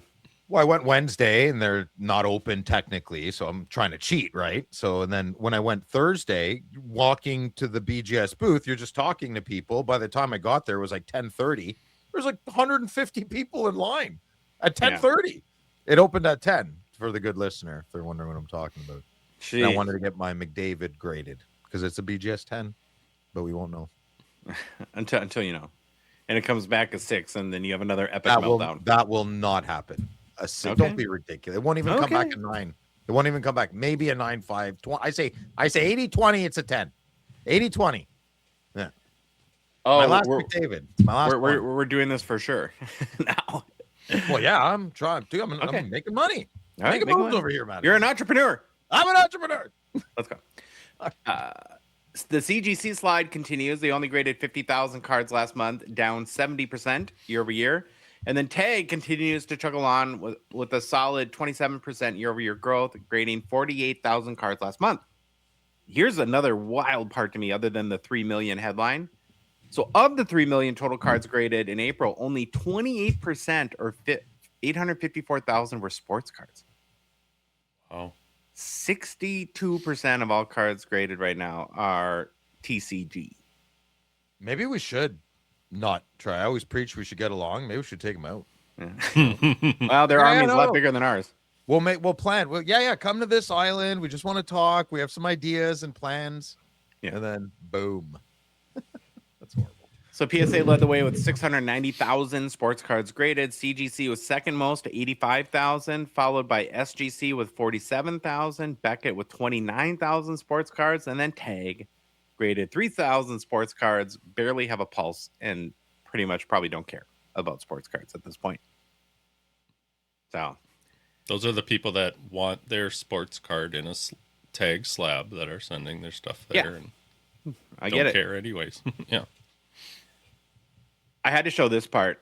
So check out this chart of total cards graded month by month going back to January of 2022 and look at how much PSA's business has grown. It's just, we've followed along the whole way, so we've seen it, but what a rocket ship there. And then CGC's had similar growth. And what you kind of see is that when you get to the Beckett, SGC, and Tag, that they're, just more flopping around. That is a mind-blowing graph. Wow. I can't believe that's a lot of information in 4 years, right? Sometimes who wouldn't want to own a business with that graph, huh? Yeah, that'd be nice. Yeah, that would be nice. But everybody hates PSA. Yeah. Right? No. Everybody Obviously not. hate them or love them, right? Everybody uses them. I think that's the key point. Mm-hmm. Looking finally at total grades carded by category. So baseball, football, and basketball continue to be more popular than hockey. Anyone shocked by that? No, not at all. PSA graded 24,300 hockey cards last month. It was a 5% increase over March. The other four companies graded a total of 5,000 hockey cards. So just under 30,000 hockey cards were graded last month compared to 2.15 million TCG cards. Wow. Yeah. No hockey players made PSA's top 25 athletes graded for April of 2026. So our sport is little and niche-y, and we love it. None. Oh, just a cute little sport. Okay. There's some other news this past week by PSA that I find scary a little bit and mind-blowing, but not enough to quit the hobby. This is not a panic situation, but I think it's good for us to be aware of. Mm-hmm. So I don't know if it's an annual report. I kind of got the vibes, but they released their new report on fraud, and where they claim to have caught and prevented more than 200 million in fake sports cards from being graded in the past year. Go ahead. Go ahead. Oh, no. You go ahead. It's a good spot for you to chime in. I saw thumbnails of other people, and I mocked it. I didn't realize how serious it was. Oh, well, maybe. Yeah, well, you see. I mean, you can mock me or we'll see if you buy in. Hopefully, that's the plan. That's the plan. So, PSA President Ryan Hogue said this on, I think it was on the Sports Card Nonsense podcast. He said that the 200 million was a conservative number. If you look at it on the extreme end, that number could be well north of $1 billion. Oh, what if it's true? Yeah, well, they provided a lot of stats, so according to the company, year over year counterfeit submissions are up 45.3%. Counterfeit Pokemon card submissions jumped up 125%. Well, there it is. That's where the criminals are. Pokemon. Yeah, fair enough. They also said that the percentage of fraudulent submissions is outpacing the growth in grading. So as grading even grows, there's more and more fraud, which I guess I understand because, there's all the news in the past year is how much money there are in cards. So you're going to perk the ears of anyone that wants to make money, counterfeit ways. Yeah. What's the... Let's be what's he saying between the sentences here? So how would this benefit PSA? So let's say I send in a fake Pokemon card. Obviously they don't make money. Did I prepay? Right? Like when I grade a card, do I prepay? I forget. I mean, I don't even know. Yeah. Okay. I don't know what happens if you get your money back or if they just refuse to grade it. Well, I'm trying to get in the mind of the angry commenter, right? Mm-hmm. They're like, well, of course they're going to say that, Josh, because XYZ. Are we hockey card journalists or are we not? Well, we pretend to be on TV. So, well, I don't know. That's this is terrifying. If it's $1 billion, even 200 million. Oh, wait till I get to some of these stats, right? Oh, great. So the most fake cards and players in the past year are Michael Jordan, Tom Brady, Mickey Mantle, Ken Griffey Jr., and then Pokemon cards like Charizard. So check out these individual numbers. And this is what kind of was like, whoa. Of all the 1952 Topps Mickey Mantles submitted in the past year, nearly 62% were counterfeit. There's no way. Then why don't they make media out of it? They should laugh at these people. Look at this one. Yeah. You guys want to keep trying? I think that would be funny. Well, maybe they don't want to show why cards are counterfeit so that the bad people get better at it, sort of thing. It's almost not even believable. 62%. That's really high. Oh, yeah. 1986 Fleer Michael Jordan, roughly 25% of cards submitted were counterfeit. The 1984 Star Jordan, 26%. And then of the 1911 or 1910 T206 Honus Wagner, 92.3% counterfeit. 12 of 13 submitted for grading were fake. Okay, hold on. That T206 Honus Wagner 92% just made me think of something. When I was a kid, I have no idea what set it was. Oh, the reprint? There was reprints of baseball players, right? And they were going around school a lot, and it took a while for people to realize they were reprints. And I know that sounds silly, but when you're in elementary school, I can't get in that fill head. But 12 out of the 13 submitted. So I notice I said when we elementary school children, I've also said our hobby is full of people guilty as charged. Nice way of saying it is Peter Pan syndrome. Maybe more of a jerk way of saying it is stunted, life stunted. Maybe 12 out of 13 people are like, aren't trying to pull a fast one. Of course, part of their submission. Yeah. I immediately thought people are trying to scam PSA, and I'm like, what are you, ridiculous? I think these are people that just don't know.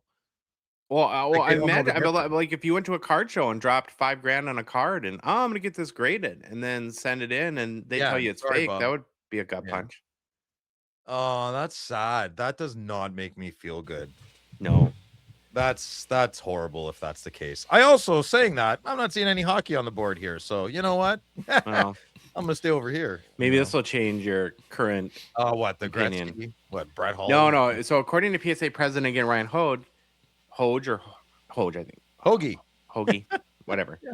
It's not just the top end of the hobby where fraud is rising. He said, we might find cards that are $100 to $300 cards. If someone can make a counterfeit version for $1, get it into the market, they'll do that all day long. And that's your $1 million. That's how you get you don't need the notoriety. You just want the consistent cash flow. Do you think most of this is, I want just get your opinion.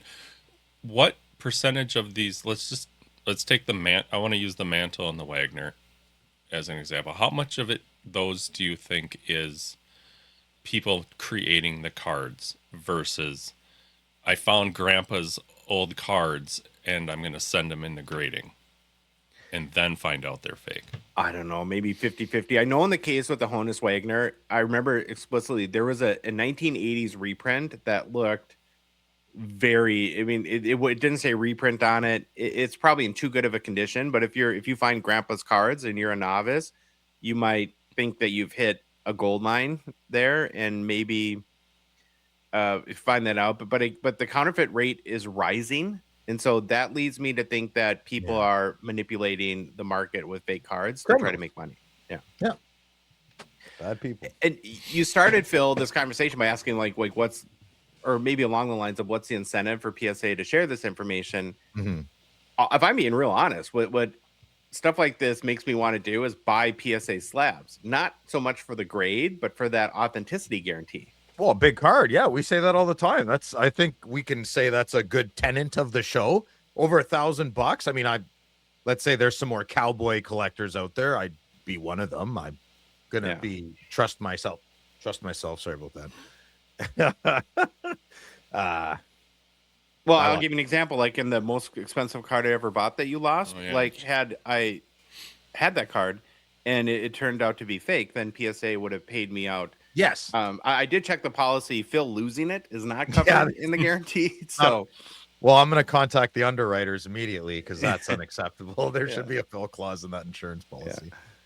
So, but again, overall, it kind of makes sense. The hobby has become incredibly popular. You have all these celebrities and athletes and Mr. Wonderful talking about $20 million cards. Yeah. Again, opportunists take advantage of us and our friends. That's okay. We'll take them. We should take them for a ride. Yeah, here we go. I don't know. Where to? I don't know. Here, get into my 9-year-old Sierra, Tom Brady. Like, I'm in danger. New product release is brought to you by GP Sport Cards and Total Sport Cards. Grant is one of the best breakers in the world, which is why we partnered with him for Gongshow Breaks. He still breaks under the GP banner on Wednesday and Friday nights. Be sure to get your spots at gpsportcards.com. And if you're looking for any new product releases, remember that Grant can ship you hobby boxes anywhere in Canada through his hobby shop, Total Sport Cards, at totalsportcards.com. Okay, so during our travels and fun time, a big set was released a couple weeks ago, 2025-26 metal. We actually opened a ton of it at the Chateau. We did our kind of fun case break for it there. And I thought the consensus from everyone is that, most people really like the product this year. And I don't have one yet, but I will definitely get a new Copperheads parallel at sometime soon. I think they're stunning. They're awesome, in hand. eh? The texture. Woo! Oh, love that card. So naturally, we'll do what we love to do on the show. We'll take a look at the top 5 very early sales and see what's resonating on the secondary markets. So here's a look at the top 5 highest selling cards to date, along with each's respective high sale. We don't want to, repeat the same card over and over again. And all of these sales that have been made on eBay have, of course, been verified as paid for in Terapeak. Leading us off is Macklin Celebrini, 2013-14 Retro PMG Red. These are out of 90. That's nice. That's a nice card. Yeah, I like it. It sold for $1,363 US via eBay on May 2nd. So second year Celebrini is still pretty strong, man. He's cute. He's because he got the rosy cheeks like a little kid, eh? Like he's like, I come on in, Macklin, it's dinner. Like, no. Like his lips are blue, his cheeks are red. In a weird way, I kind of like the base version of this card better, where they have the shark in the background behind him. And I see why they didn't do that on the PMG, because the vibe of the card is like a block color. But yeah, I can't think of it. Oh, go look up the base version of this. I think that it's a really cool design. Okay. At number 4, we have another red PMG, but this one is a Matthew Schaefer rookie red out of 100, and it's raw, of course. Sold for $1,575 US via eBay on May 1st. So this is a regular PMG. Yep. There's no 97, 98 retros this year. Good. Yeah. Good. These are the ones Josh throws on the floor. Stop it. Well, a lot of people still like these. Josh, you shouldn't do that. Yeah. Or I dropped it, but sure. Number 3 is Macklin Celebrini, the base blue PMG out of 50. So maybe came from a hot box. It sold for $2,300 US via eBay on May 5th. So it's all the Brini and the Schaefers so far. Number 2 looks like a door, like an Alien series. Oh yeah. Like there should be a Scott keypad off to the side. Yeah, definitely sci-fi there. Number 2 is Ben Kindle's rookie gold PMG 101. It sold for $2,500 US via eBay on April 22nd, which was release day. So happy they went back to the old Penguin. Yeah. And then at number 1, we have another rookie gold PMG, Alexander Nikishin. Man, these are great pictures. Yeah, every one of these PMGs, great shots. $2,744 US by eBay on April 23rd. Get your Nikishins while they're hot. What is happening? Okay, everything's up. Okay. I don't know much about this kid. Do you like? Good. I mean, 3 large. Woo. Yeah, he's a defenseman, right? I don't know. I think so. Yeah. I really feel like the last 2 metal releases have been very strong, and I think we're a little bit of a metal bounce back. It's my opinion. I'm in. Yeah, well, you're also biased. I'm also a rube. I get it. You're married and you would take Jean out on a date. And I would too, probably. Yeah. She deserves it. But yeah. That's enough. I just want to see her like knickknacks because they're all like, oh, here's this like old like iconic sports card prototype that nobody's ever seen. Yeah, like an old sketchbook in a drawer. Yeah. You know, you have like dirty Kleenex. I have old socks, but she's got like, what does Louis have? Yeah, Louis. That's why I avoided him. We can't say it on air. Sorry, Louis. I love you, but it's not whatever Louis has. Acceptable. It would equal the jail time for sure. Yeah, he's giving. We know that. Yeah. Here we go again. Going back. Philip, you're gonna have to do yeoman's work. You have a big job today. We have you can tell mailbag. We missed a week of mailbag because people are fired up. Are we on mailbag already? Yeah, we're on mailbag. Oh already. wow. Yeah. I feel like time. Did we? Huh? What time is it? Okay. Yeah. No. I feel like sometimes I miss blocks of time, but that wasn't it. Okay. I'm just procrastinating while I pull up the show notes. Oh. Hey, yeah, I got him. We're good. And 3, 2.5, 3, 2, 1. Okay, we're good. Here we go. Gongshow Mailbag. Thank you, Louis, for not doing that right away. Appreciate it. Okay, here we go. Twitter, X, Spirit of 7614. Or 7th. Well, you would have put a comma. Okay. How does a frayed patch affect the value of a card? Wait a minute. Hold on. Don't answer that. Isn't that a joke? What is something afraid? I'm afraid not. Oh. What is the? Yeah, I don't know. Maybe he later went on to describe a string, a loose string on a patch. In his question. Yeah. Well, are you explaining that to Louis? To everybody, including Louis and you. Well, who doesn't know what a frayed patch means? I was asking. You surprisingly know very few things. Okay, my official answer is some people will pay a premium for the frayed or stringy patch, is Josh the official term, and some avoid. Depending on the card, I like them and I don't. That's Louis. Do you have strong opinions? I like them and I don't. Okay. I don't mind them at all. I think it's cool. It's a little character. Yes, I agree with Louis on the character. Yeah. Josh, we're gonna skip him because we know he likes strings. Next, Discord, JT Hockey. With Phil selling off his McDavid collection, is he going to use the funds to open wax in obscure Canadian towns again? Oh man, I would love to do that, dude. I would love to visit obscure Canadian towns and obscure motels. The creepier the better. I love that stuff, and I would love to open wax there. But no, that's not what I'm doing. I think my days of opening wax like that are a little bit behind me in my realistic. Josh, Phil, Louis, and Dave, we're all trying to live slightly unrealistic lives, but kind of realistic with our Gongshow studios. But right now is not that time. When it is that time, yeah, I'm gone. RV, see you later. Weird towns. We broke. He's still alive. We don't know. He slept in the attic. Yeah. But for right now, I'm focusing heavily on singles. Just to remind everybody, I spent 2,000 each on Fleer Retro 2012-13, and it was fun. It was good. Should have bought it one box, not two, and I just didn't hit a financial equivalent to make that venture worthwhile again. And it just really, on a heightened scale, put into perspective why people really like our Gongshow Reloaded repacks, and not always they buy boxes of wax. That was a nice way of plugging us, eh? Yeah, it was good. Good job by you. Oh, yeah, that was a Phil question. So next question. No, but you know what he was referring to, right? No. The old mint ink spots. I don't understand. I do. Remember when we would say like Phil went to like 2D Pants Canada and yeah, your 9-minute bit. Yeah, I missed those. I fell asleep. I don't know. I fell asleep. I don't remember. I liked those were fun for me. I'm sorry if nobody else do it. Just do it again. Yeah, it's funny. Nah, they'll still listen. All right, here we go. I'm sorry, that was mean. I liked them. I didn't fall asleep. Okay, next you question. hated them. Stop. Yeah, Discord. NPC 83. Hey, you handsomes. Hey, man. Ooh, hi.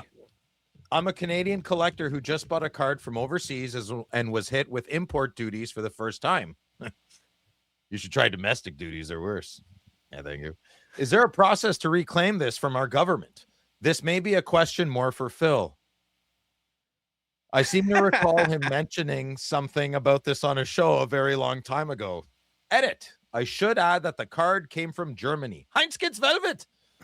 The PSA vault. The vaults in Germany? What? I think they probably have multiple vaults. That's like a tax thing for sure, eh? No, we're international. Yeah.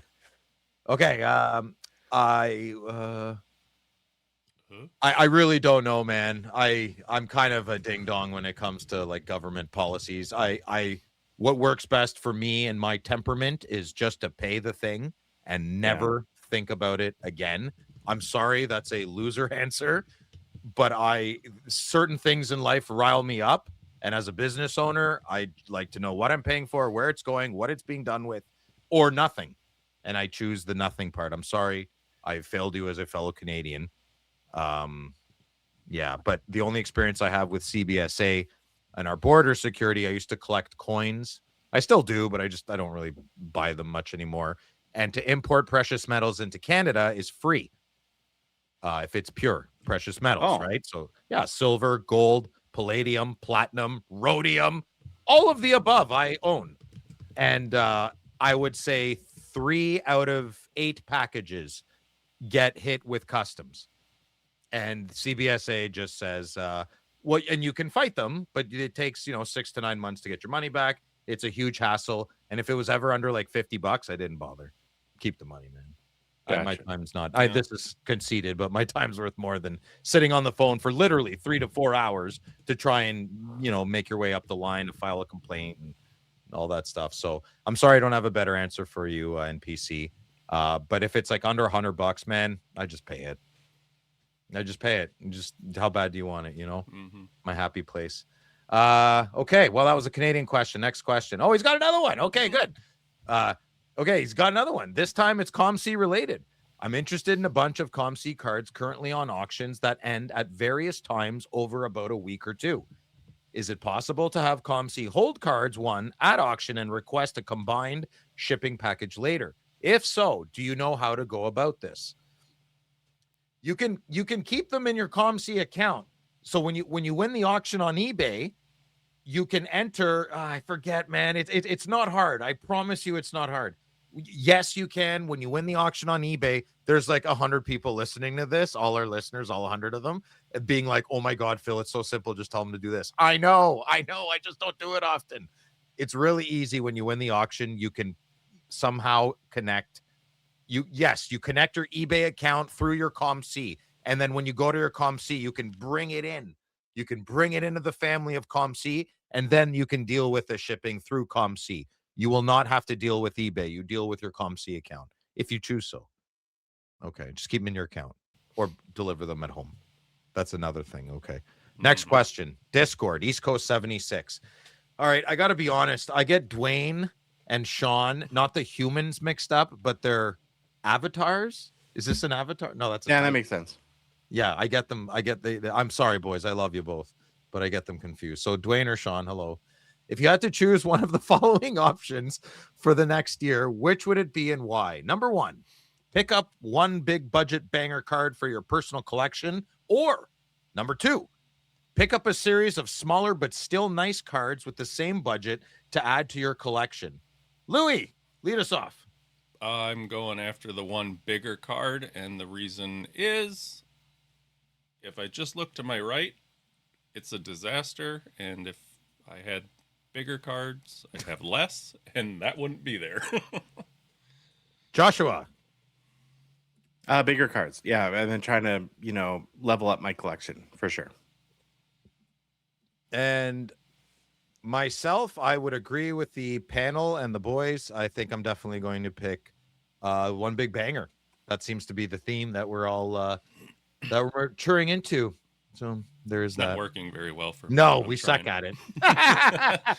Friends losing friends cards. I don't know what's going on. Okay. Next question. Bareback Jenkins. Oh, I feel like I could have said that way better. Okay. In a hypothetical reality where McDavid doesn't get drafted by Edmonton and they draft Dylan Strome, do you think Draisaitl with his personality and skill would be a much bigger chase due to the market of Edmonton? I'll go first. Oh my God, what a great question. How big could the goldfish have gotten depending on the size of the pond, eh? I don't know. I don't have an answer, but I want to give you high praise. That's a great question. I feel like Carter needs to be here because he would be great to respond. Josh, do you have you probably have a better answer? Let's hear it. I think he would definitely have a stronger chase, but I don't know if he has the personality to like of Bedard or Celebrini, where he kind of was kind of grumpy, right? And that know, I like it. You know what? Did you see him in the swimming pool with the goggles?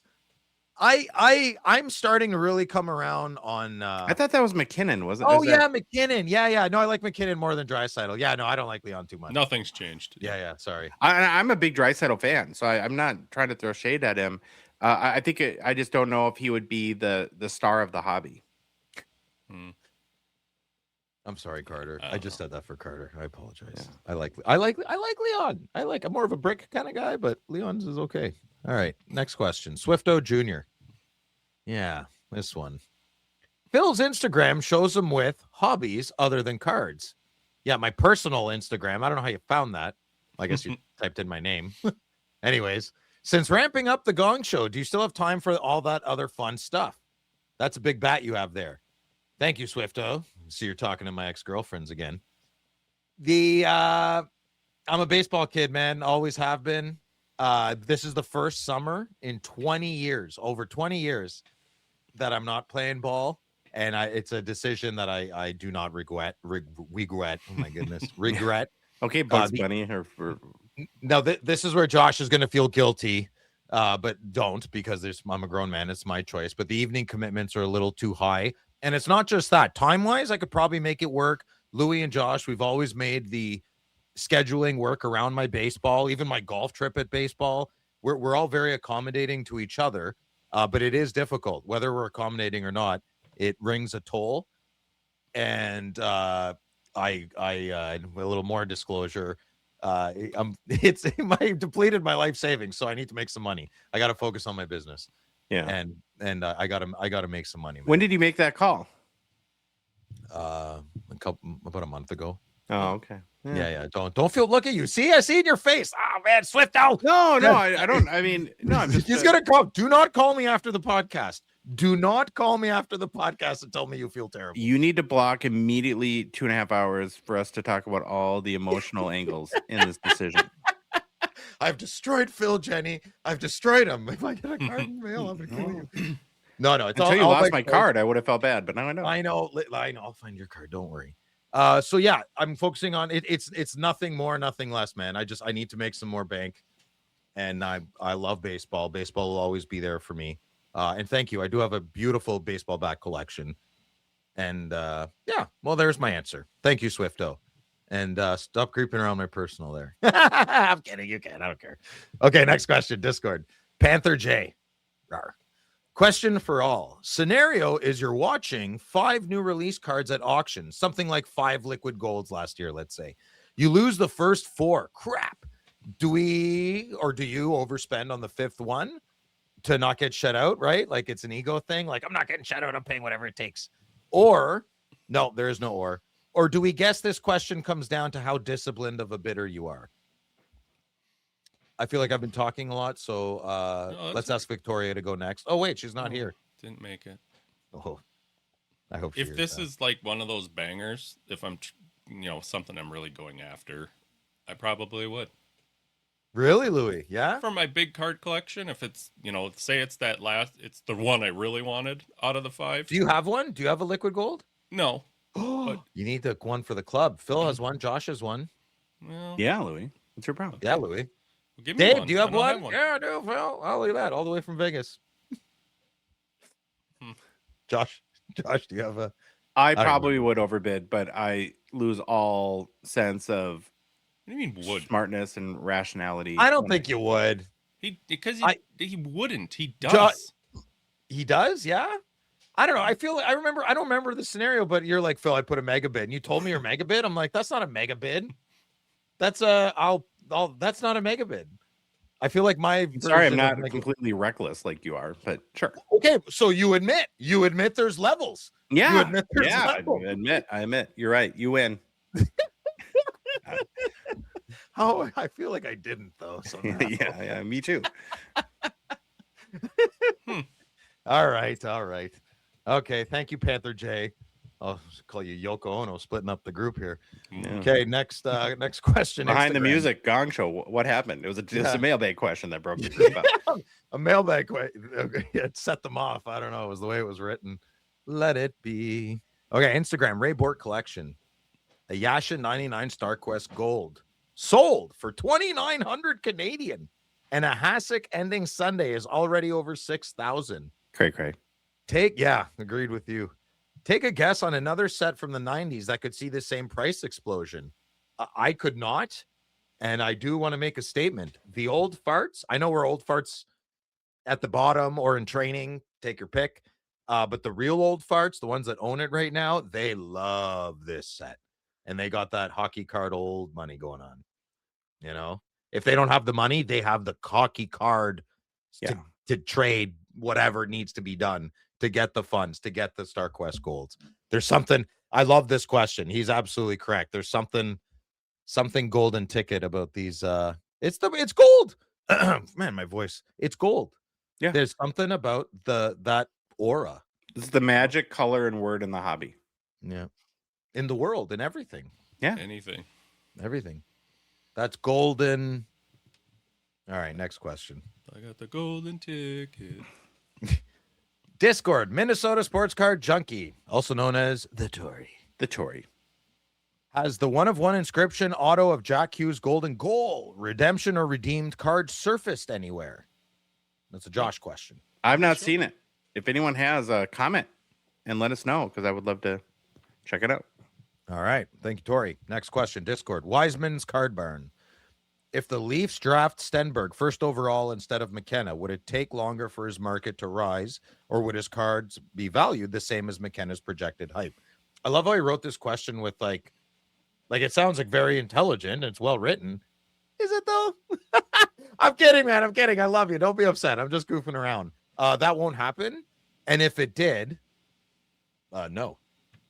Yeah, no. I don't see any way. There's no. Ivar Stenberg could be an amazing player, but he doesn't have hype. People have been talking about Gavin McKenna since Bedard was in the WHL. Mm-hmm. Okay. Discord, NPC83. Can you sneak another one in here? Thoughts and feelings on the current Fleer Ultras medallions cards. I think they're super clean, and the foiling makes them pop nicely. I love them, and they're going for dirt cheap. I still haven't seen one in hand, but everything I've seen and my friends say, like if you look underneath me here, big thumbs up from Louis. I think they look great. I gave mine to Tori the other day. Oh. Well, Josh's feelings are hurt again. We're at like 4 now this episode. It was a Maddie Nyes. Oh, that's okay. All right, moving on. Okay. Wait, I want to make a quick comment on this. I feel that maybe I'm struggling with any medallions that's not 2021. Yeah, and I'm kind of feeling like my preference for how this insert would have been handled would have been keep the 2021 design and manage the checklist around that. Because it's like, so now that this is what the 5th year of medallions since 2021. So it's like the 5th consecutive Connor McDavid medallions. I don't know, you know. Maybe some people love how they change up the designs, but I'm just such a fanboy of that 2021 design. I love the way you said that. Can't get past. Work the players around the nicer design. I don't think I've met anyone that wouldn't agree with that. You know, like even I don't know. It's an accurate thing for the hobby. Are there hobby consultants? Like, could Billy hire us as to like consult, whether we're right or wrong? Could we offer opinions, like $5 a question, or how does consulting work? I want to be the sultan of consultants. I don't want to be a sultan. Yeah, there are consultants, and they what is the old joke? You know, it's not going. I'm gonna butcher it. It's something about like you hire a consultant, and then he just steals your watch in order to tell you what time it is, kind of thing. But that's kind of funny. And in my experience, they don't offer a ton of value. But oh, okay. All right, we'll think of something else to sneak in there. All else fails, I'm a good mopper, so I could probably be janitor. Okay, next question. Vegas collector. For future Gong Show breaks, will there be pick your team options or will you stick with random teams? Also, now that you're breakers, will you tell the hockey card collecting public how many juiced boxes you get on release day? I think he's being sarcastic, but we'll let Josh field this. Yeah, we have not received any juice boxes that I'm aware of, and I don't think that will happen. You know a vendor. I like juice boxes. Oh, juice boxes. So does Grant. Oh no, what did Grant do down there? If I see juice boxes in your hands, guys. Okay. And to answer the more real question, of course, is we plan to have all the formats, but we still have training wheels on this breaking program right now, and we're Grant is the expert, and we're not questioning the breaks he builds for us, and we're just letting him do his thing. Another big reason. Listen, we didn't start this at the beginning of the hockey year. We're kind of doing it at the end, going into the summer. We're asking for like a 3-month probationary. There's no real way to like practice. Like, what do you do? Like, it's not a soft open at a restaurant where you can call your family and friends for a couple of nights. It's not like that. So how do you practice? Grant said it best during the break. He threw Marco to the wolves, not the dogs. So please listen, bear with us. If you're kind of a serious breaker and you want to wait a bit, sure, go nuts. I don't know, whatever, but come hang out. Give us like what, 3-month probationary period.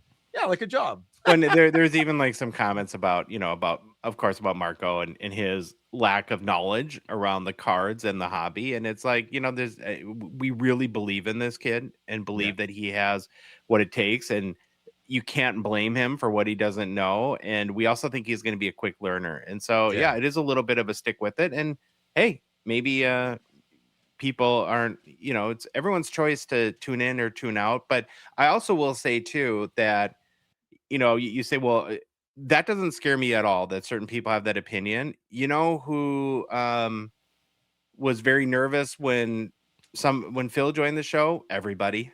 When Troy left, everybody. When we had Victoria on, why, and now when Dave started to come on, right? It's just, I think that, it's like the newness factor. In an ideal world, would Marco be as much of a card savant as Grant? Sure. But it's not only are we going to sit you down and make you break hockey and tell everybody what these cards are, and you don't know a lot about them, we're going to put you on camera too at the same time. But I'm going to play devil's advocate. Then I would say, well, that's not my problem. It's not your problem. Yeah. You found the wrong person. But we believe in him. That's the difference. We see something in him that we think he has a much higher ceiling than anyone we can find right now that might be sufficient or at, average. I think that's a good way of saying it. We believe Marco's ceiling. So, 3 months is more than enough time. Trust me. He's going to know how to say Joe Sakic's name in 3 months. Don't you worry. And if he doesn't, that's okay. He's still going to be entertaining and he's going to be a great breaker. Yeah, absolutely. And well, you look at like all the other breakers, right? I mean, like as much as you give props, like in the U.S. to Breezy the breaker, and I've said this story before. We started our show the same week. The Gong Show started the same week he started breaking, and Breezy and he's awesome at what he does. He made the smarter financial decision. Yeah, right? He's awesome at what he does, and this is a compliment to him. He didn't know how to sleeve a card.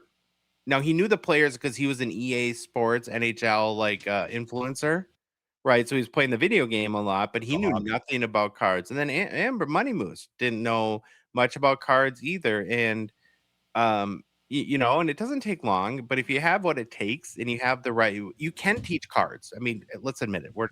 None of us are brain surgeons here, right? It's the want, though, right? That's all. I think that's what.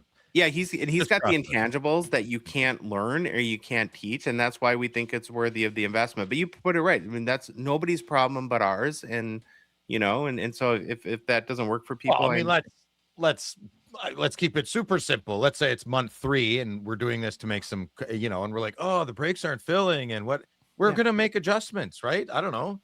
If people don't like Josh looking at him on camera, you'll never look at Josh again. We'll make adjustments. We'll keep him off the camera. I felt that was very personal. Who cares? We're trying to listen. We're gonna get this. Well, and we want to have our plan is not we're gonna have multiple personalities, multiple platforms, and part of it is following people. And what I've told Marco, just like with some of these other very successful breakers that didn't start from from the major leagues, right, is that that it'll be kind of part of his story. People will remember when you were a noob, and and a little bit, and where I think he is shown a lot of, I hate to use the word courage because it seems like a little bit too strong of a word, but to some degree too, a lot of breakers start out on Whatnot and they sit in and out, for hours and hours trying to fill a couple box flagship break, and they kind of learn the slow way. We've sort of thrown him, between us and Grant, we have a decent audience, and so he's a little bit thrown to the wolves in that regard. And that's why it's not gonna listen. You could love breaks and be like, I'm gonna wait a few weeks to give this a shot. Yeah, go nuts. I probably would too. I mean, but hang out. That's what I really like. That I hang out, have fun, be silly, and we do want more nights of breaks. So Thursday would be nice if it was a certain character or a certain person's break that is, let's say, more goofy and silly. And then Fridays, the more, I love Friday breaks at Gongshow, or let's say Saturdays, because they're more serious. That's more my style. I don't want fluff. I don't want riffraff. I don't want music. I want someone that gets out of the box. They get right to the point, right? Yeah. They Dan and Jimmy, they're not too, especially Dan. He's not too chit-chatty. He's there for business. And a lot of folks are returning business because that's what they like. They want no nonsense, kind of as quick as possible.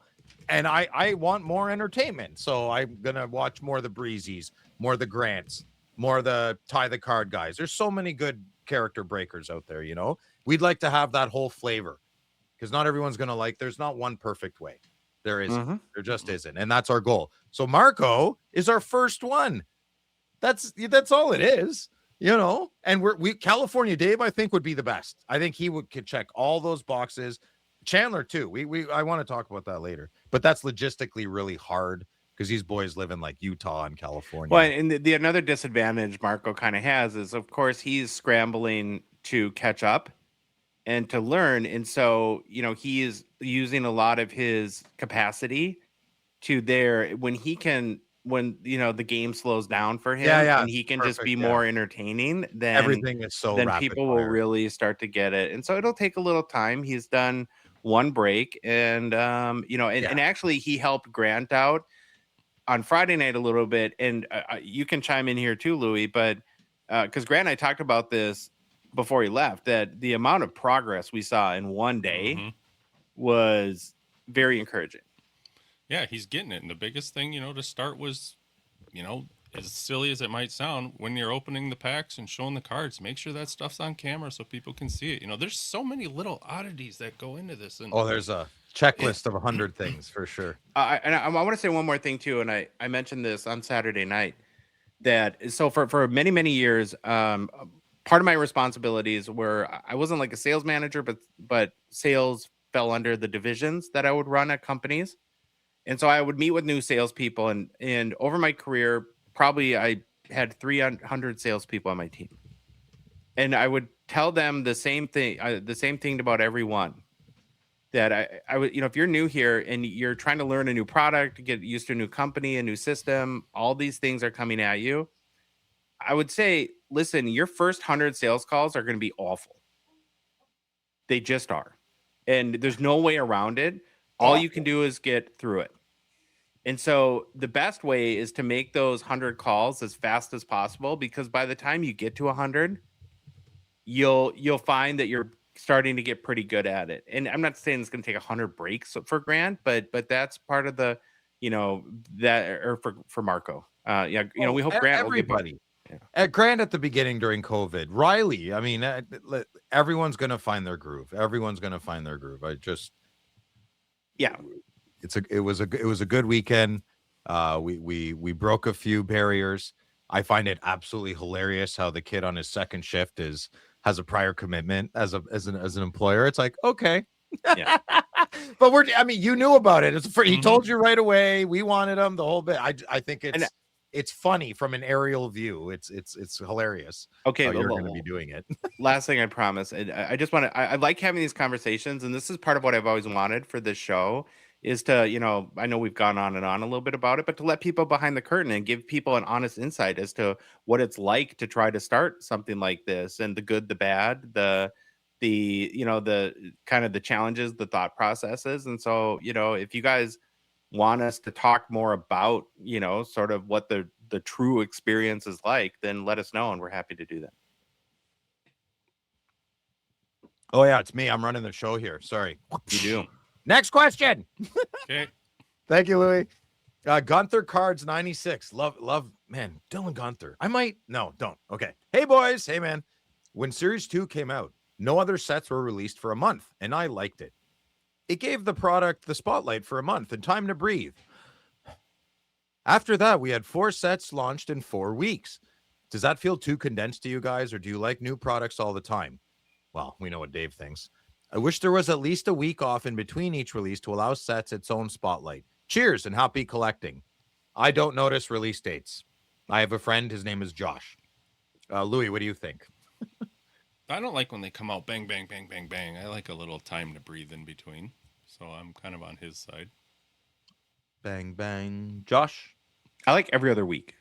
Oh, that'd be perfect. I believe they call that bi-weekly. That's called bi-monthly. Damn it. Damn Yeah, car but dealership. Thanks for trying. Yeah, whatever, used car salesman. Anyways, okay, here we go. Yes, slaps the hood. She gets good mileage. Okay, never mind. Instagram, Kevin B. Smith. Hello, everyone. Hello, Kevin. Great news. Ooh, Upper Deck has decided to create jersey auto cards of their favorite Gongshow hosts. Knowing that this is such a huge honor, what article of clothing will you be giving them to use as the jersey swatch? Phil, will you let them cut up your Sens robe? Oh no, that's an exclamation mark. Oh boy.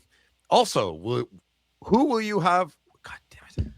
Also, who will have the worst signature that will then draw the ire of the loud collector himself? Thanks for all you guys you do.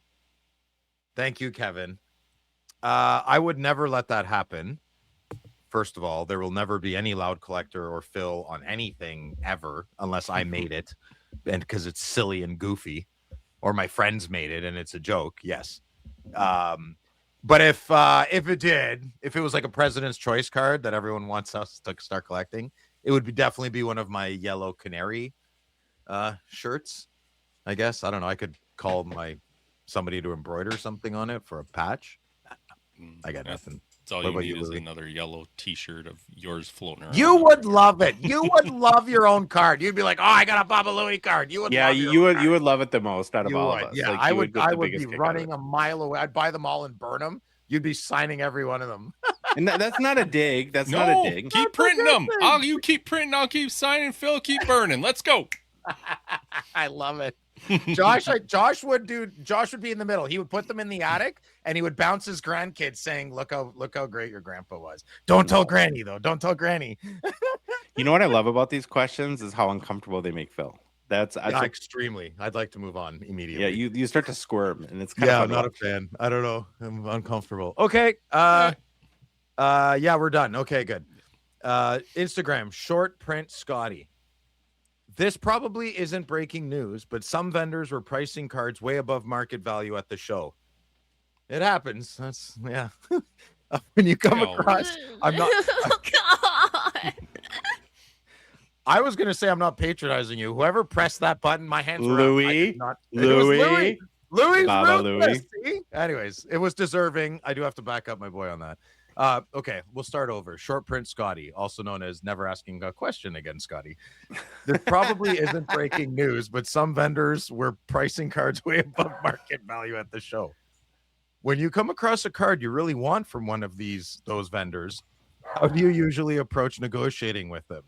Do you still try to work out a deal, or do you recognize pretty quickly that there's no room to move and just walk away? I could tell early on when Austin Matthews, whose number happens to be 34, PSA 10 rookies were priced from 1,300 Canadian to 800 Canadian. Oh my God, is that true? 500? Sure. Wow. Probably. Josh, do you want to go ahead? Listen, nature of buying and selling is sellers get to dictate their price and buyers decide if they like it. It's definitely a seller's market. So, and I felt that at the expo too, that prices were, sometimes when the market's down, then the buyers get more leverage, right? Because sellers can't sell more cards. And I always look at it like, if you're in I think maybe the definition of in the same ballpark differs for person to person. But if I feel out a vendor and they're in a whole different ballpark, then you just walk away. There was a card, and I think I talked about this at the Minnesota Card Show. It was the 2018 Lemieux, a seismic gold PSA 10. And a vendor had it marked for $600, and the last comp from a few months ago was $250. And so I just said, I just showed him. I'm like, and he's like, well, I bought the card for over 500. So it's like, then I just said, oh, okay. And I walked away. I mean, sometimes there's no way to bridge a gap. Yeah, there's no. And so you're just better off throwing in the towel and finding another card that, you're more comfortable with the value. Louis, thoughts? Sure. No, I'm just going to go with what Josh said. Okay. We got Kobe's voice there too. Josh's Always. little story reminds me at the last expo, Thursday, Friday, Saturday, and Sunday morning, I saw Guy Lafleur Renditions Relic Auto, $400. I knew I should have offered $350, would have taken it. I'm walking around. I only saw one, and I walked the floor a lot. I see the same card, or so I thought, at a table, $650 with a different price tag. And I'm like, did you have that card earlier in your showcase? He goes, no, I just got it in there today. And I pointed my finger. I was kind of rude. I shouldn't have been. I took it away. I was like, you did not even pay $400 for this. I know you got this from a dealer and you're asking $650. And he was a young kid. I was like, dude, that's greedy. I told him that. I said, and I think I even got it on camera. I feel about it kind of bad. I still think about it a lot. He was like 21, 22, but that's greedy, man. That's greed. That's a 90% increase on something but also you're allowed to shoot your shot. Dealers are going to shoot their shot all day, all night, right? If I didn't see that card for 400, I would have been a perfect candidate of say, hey, will you do 550? And he would have been like, well, the best I could do is 600. And I would have paid the 600. And that kid who cares what he made? His expectation level moving forward is a nightmare to deal with. Mm-hmm. Does that make sense? Yeah. He's not a dealer. He's a kid who got lucky and he met an old guy who has a bad knee. Well, he's a short-term thinker, right? And Yeah. it's like you get caught in a move like that by a guy like you, and now nobody wants to deal with you so I'm very much a believer in playing the long game and never prioritizing the long term for the short term. Or he just doesn't know exactly what he's doing. He thinks, oh, somebody's going to come up to my table and try to get me for 80-90% comp or something. Yeah, so I'm going to go up. You're right. That way it gives me room to come down. And maybe I shouldn't have pointed. I'm like, what? I'm 4 or 5 years removed from my son's age. What am I doing? I wasn't, but we had ended nicely. We had a great chat at just the beginning. It upset me. I was like, what are you doing? Mm-hmm. Like, this is hurting the hobby. This isn't entrepreneuring. But you're right, Louis. Maybe he's just a young kid, doesn't know. Like, maybe he's already had 3 or 4 wins like that, and that's normal to him. Sure. Maybe our conversation. See, I'd like the right words to say, right? I hope our conversation was memorable. But at the end, he was probably like, "Oh my God, old guy, shut up! Are you buying the card or not?" Yeah, here I am giving him credit, and he probably just wanted me to be quiet. And again, it was a moment, and hindsight's always 20/20. Maybe if you had gone up to him and said, "Hey, listen, I know where you got that card. I know that I could have got it for 350." And you have to understand as a dealer that other people like me notice this stuff. And when they see you buy it and then double the price in 5 minutes, thinking you're going to get a quick hit, that makes a guy like me never want to buy a card from a guy like you. So that's a good way. That was excellent. And so for the first part, I was kind of like that. I I'm loud and in your, sure could have approached it softer, but it did kind of go like that and just not the end part. But that's excellent. Okay, let's go on. Okay. Great question, Short Prince. Mm-hmm. Instagram, Cujo Cardboard. I feel like I'm going to have to sneeze in the next 2-3 minutes. Just fair warning.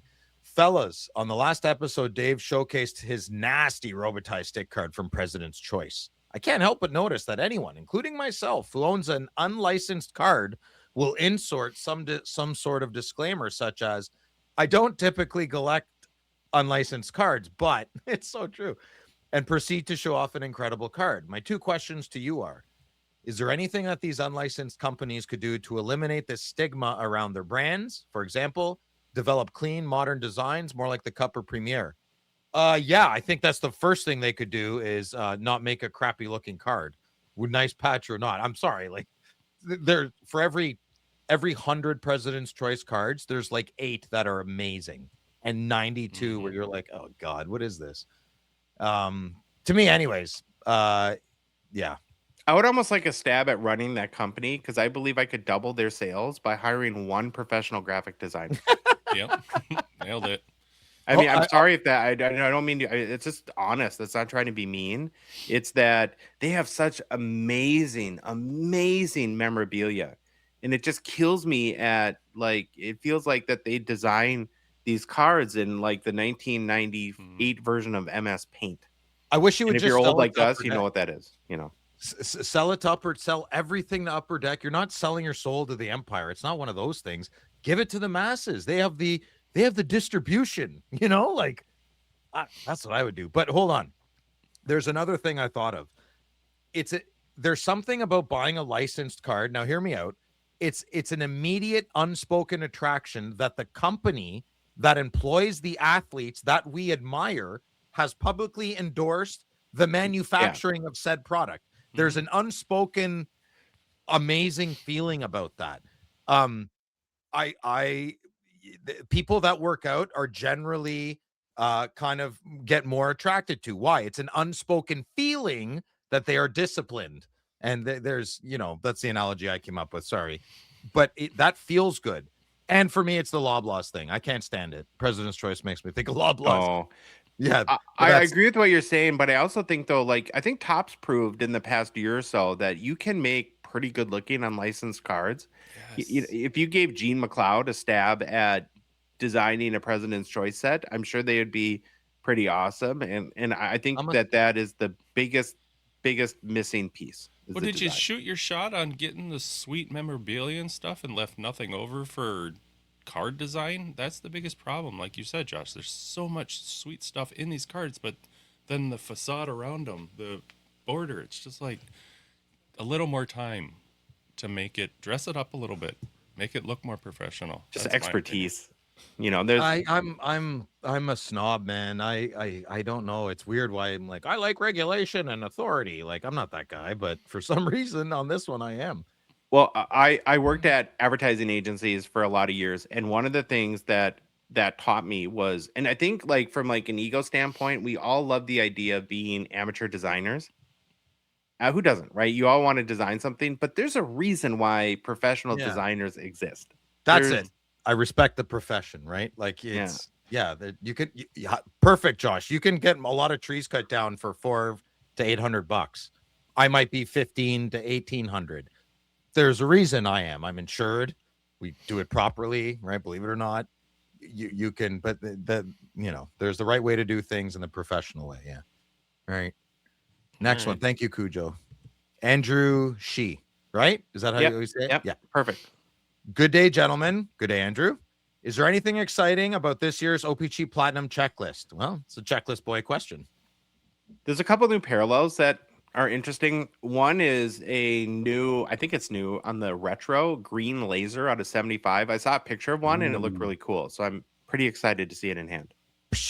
Green needle. Yeah, well, that's a Josh question. Okay, next question. Okay. That was fast. Greg Biggs. Hey, I got a Biggs in my family. He's right here. Look. There he is. He's licking his paws. Okay, anyways. Okay.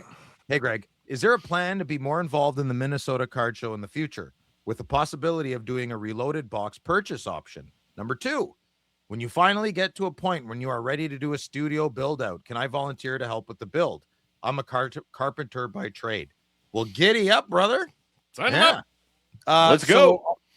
I'll answer. This all depends on if Louis is available to pick up Josh and drive him anywhere. That's all I know. I and do that's need my answer. sleepy time, and I get it when Louis is driving. Yeah. I'm going to get Louis a little chauffeur hat. And Mm-hmm. you better. 100% though, we want to get more involved, and that's one of my long-term goals has been to try to help move hockey along a little bit in our home state. It's a little bit of a sad situation and has been for a long time, and there now is the time, right? There's the hobby's booming. The Time is nigh. yeah. Louis, thoughts on it at all? Oh yeah, absolutely. That'd be awesome. And yes, you can help us build. Yeah. Okay. Thanks, Greg. Greg, do you live in Minnesota? I guess that'd be cool. I think he said yeah. Oh, Yeah. okay. I don't know. Okay, next question. Tom K19. Are there any base cards worth holding on to? Do they ever get valuable besides Young Guns? I don't think so. Josh would know better, but I can't think of. It's a tough one. We have been pointing to Flair recently, where they're who knows over time. Maybe. It's very arguable to call them like a real base card, but the cup base cards can get, especially some of the older Wayne Gretzky's, get pretty pricey. Those are all numbered out of 249. So, yeah, in certain circumstances, but in general, probably not. Thank you, Tom Kane. Okay. Instagram, NS Collect Invest. Which current NHL players will still be hobby relevant 15 to 20 years from now? I'll answer this. Okay. Don't worry, Josh. I'm not going to say what I wrote.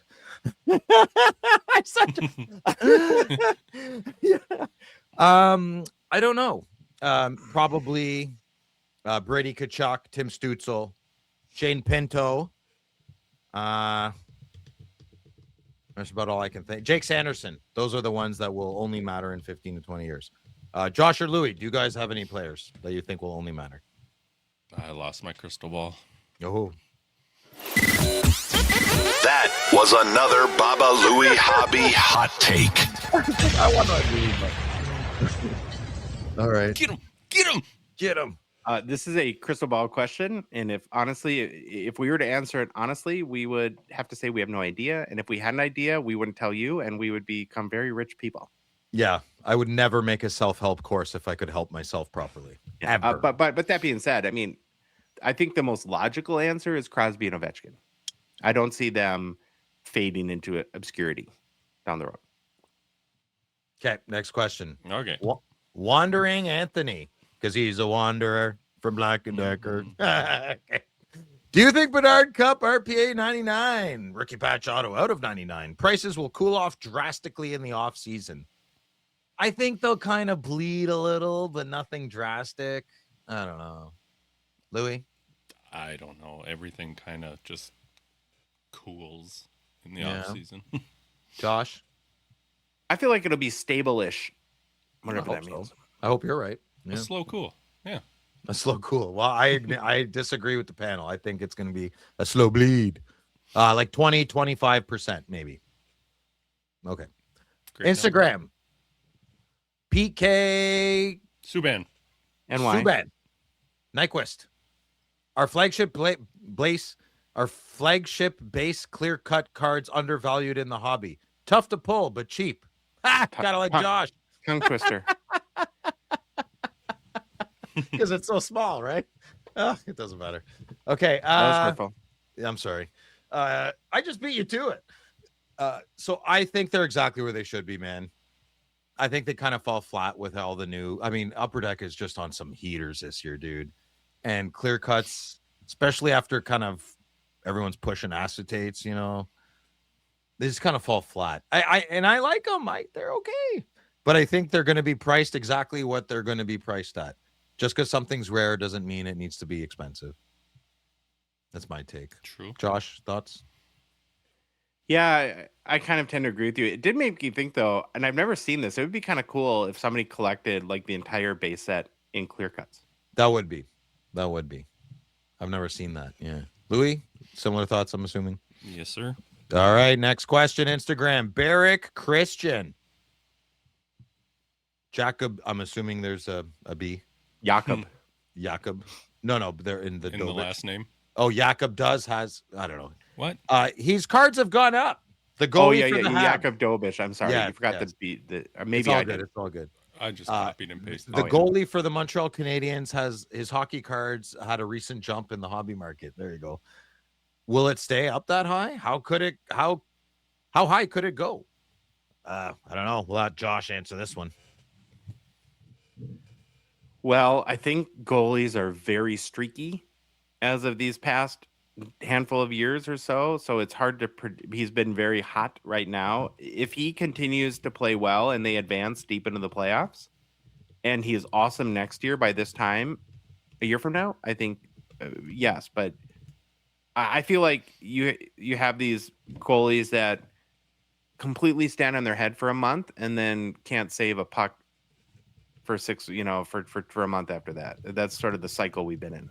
You're only as good as your last few games, right? They say that about goalies. You're only as good as your last game. I'll say a few games, but that's very true. Okay, next question. Blockhead. 2 questions. Hey guys. Hey Blockhead. Appreciate all the hard work you put into the show. Thanks, man. I've seen the Upper Deck game dated moments, but I'm wondering if there isn't a bigger draw to have autos and or relics in the top parallels from that specific moment, like including part of the stick or gloves for McKenna's first goal. That'd be cool.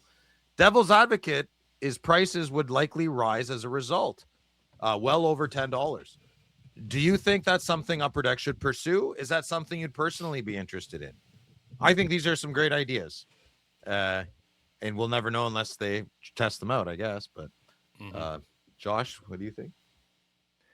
I think, again, fantastic ideas. And if you get behind the spirit of the question, maybe, I do think that this is a great opportunity for Upper Deck to really hone into a product and give it a few tweaks to make it dramatically better. Like I think there's a lot of opportunity. Obviously, we've seen through the success of Tops Now. And, I don't know what the priority and focus is at UD, but I would be very interested to get all your smart people in a room and say, we're this is working, but what are like 5 things we could do to make it, even better? Yeah, twist the knobs. Louis? No, Josh kind of stole the thunder there. He's got okay. It nailed. Well, Blockhead, lucky you. He's got a second question. Here we go. Good. What's one thing you'd make a change in the hobby if you could? Industry-wide omnipotent power. Lower box prices? Less gambling? More gambling? Who knows? Josh, why don't you keep going? Yeah, and I struggle with the G word. Mm-hmm. I get it. I'm not saying that doesn't apply, but I don't know about that one. I've been big on more specific game dated memorabilia. I've been beating that drum for a year now plus. And then I am worried about affordability too. I mean, I would like to make sure that there is a menu that works for all different demographics of the hobby that includes amazing products. But I do think though that there will always be a push and pull because on the affordable set realm, naturally there will be more printed. The Upper Deck will have to spend less money to make those sets, and they will be less valuable. And there will always be some envy over the high end like cup stuff that I've never opened a tin of the cup myself because I can't afford that. Louis, thoughts on if you had omnipotent power? And honestly, I don't know. I have no idea what I would do. Well, lie. I don't want you to be honest. I want you to lie to me right now. So what would you do if you're lying? Lie to me so hot. If there was a way the hobby could be more affordable, that'd be great. But how? That's what I'd like it to be. But it's not. I just don't see it happening. And then I'm just not going to touch the G word. But then though, and I assume that the answer to that is what I'm going to say, that you would be willing to trade lower secondary market values for more affordable boxes. Like you would be willing to say, I don't need a Matthew Schaefer Young Guns Red to be worth $12,000. Oh God, I don't. I thought I had a chance on that card. Yeah, you did. You should have bought it. I mean, a few months ago. Holy moly. No. The first one sold for over 10 grand, Joshy Poo. Oh, Yeah, that's I'm saying. I was trying to find it in the transcripts. I can't. But I was like, do you guys think it'll hit 5? And I remember you're like, I don't know. I mean, it could, Phil. And I'm like, oh man, I'd be out. But if it did, dude, it went over 10. Like it's never seen. Forget it. I mean, it's over. But we're old enough. I mean, we've been kicked in the nuts enough, man. You get used to it after a while. Whatever. Oh no, All right, let me take a stab at this, boys. Listen, I think if I had omnipotent power and superhero status, what I would do, I wouldn't do anything drastic, but I would force Jason Masher's hand, and I would ask him to hire me, and I could be the guy to get the autographs that they can't get. I'm a people person, and I can get things done. I'm a fixer. You can scale me. I can do that for a living. I always have in different categories of life, and I'm a problem solver. Yeah, but now you cut things down all day. Give me some petty cash. Give me a credit card. I can justify it HR later. The problem, but not HR. Give me some cash. Don't ask questions and let me do my job, right? Well, let me do my job. I can get memorabilia. I'm great. I would do good in an interview. I don't even feel I would need one. I deal with mostly senior citizens all the time. I'd be great for content. Anyway. That's Phil, how did you get Pasta to sign all these cards? Nope, don't ask questions. Don't ask questions. Don't ask questions. And me and David would be great friends. Yeah. Okay. Here we go. Next question. Discord, my boy, Cheeto Fingers. What's up, Cheeto? Hey, Gong Show crew. At the expo, there was an artist who was painting large-scale replicas of famous cards. If you were to commission a painting of a card, which card would each of you choose? Thank you for all that you do. Keep up the great work. Cheeto, thank you for all that you do. Thank you, buddy. Okay, that's an easy one for me. I'll go first. I would pick a few, but the very first one I would do by far would be the Patrick Waugh base card from 1991 Upper Deck, number 153. The way the pads are, the way he's looking, not at the camera, the way he's turning into the classic butterfly. When I hit that card in a pack, I have like 5 memories of just, I love that card. And I want it behind me on a grand scale. Louis, what card would it be for you? I've been thinking about this for the last 20 minutes. This is so... It would be your Gong Show patch card, wouldn't it? Yeah, it would be your card. But then you what's put it my above auto? your bed. Yeah, I would. I mean, that'd be cool. I'd put me above my bed too. Yeah, I'm not married though. So you'd make JoJo look at it every day. Yeah. Look at it, babe. Yeah, nailed it. My Gong Show auto card. There you go, Baba Louie. Would it be a facsimile though? You could make it legit. 101. Auto pen. That would be pretty sick. Auto pen. Auto pen. Mm-hmm. I think our government has some. Guaranteed. Josh? I would think I would really like a 2012 Flair Retro Gretzky Green PMG. Oh yeah. What green? We just talked about this. We like the blue. My wall is blue on. I would the green on the back. Compliment. That's crazy. I thought the blue is amazing. All right. Now he's an interior decorator. Okay. Well, Phil and Louis with the better answers. Next, Discord, Pele Dog. Yeah, Josh, the interior decorator. Okay, here we go. Discord, Pele Dog cards. Would you still collect hockey cards if there were no parallels? Nope. Yes, I would, but it would suck. I like my sets. I always have. I collect sticker books, dude. I mean, let's. Boys, what about you guys? I say no, no, I wouldn't, but yeah, of course I would. Yeah, we'd have a hissy. Louis right. We'd have a hissy fit, but we still would. Mm-hmm. All right, skip it. Look Josh. at Kobe in the background. No, look at him. Yeah, he's very cute. Okay, next question. Holy moly, we're at wow, that's a lot. We're getting Discord. Philly left wing. As breaks continue to grow, where the majority of the time only hits are sent. Do you see a time when base cards are only in products like Flagship or become numbered like in the Cup or are eliminated? Louis, stop writing. Or are eliminated completely? I don't really get the question. No, what he's saying is that because breaking has become really popular, yeah, and the base never even ends up in the hands of the collector typically, do you think that Upper Deck will just stop making base cards? No, because Upper Deck's going to go the other way. They're going to start when they hire me. I'll implement a program for I hate the true collectors. There's no true collector anymore. Everything's all over the place. But for the guys who like to collect slowly and they don't like the fast action, the guys who like to build sets, that's how you make base sets great again. That's how you do it. Exactly the same program on e-Pack, but do it in real life. You know, do it in real life. I'll pay for the stampage or whatever, the postage. I'll pay for it. Not me working at Upper Deck, me, Phil. Like, you know what I mean? I really like this question, though. And I think that like, if I'm in charge, well, I would be your boss at Upper Deck, of course. Yeah, that's fine. I would want to really segment my market and I really try to make products for everyone, because I want people that collect base sets absolutely want to have sets for them.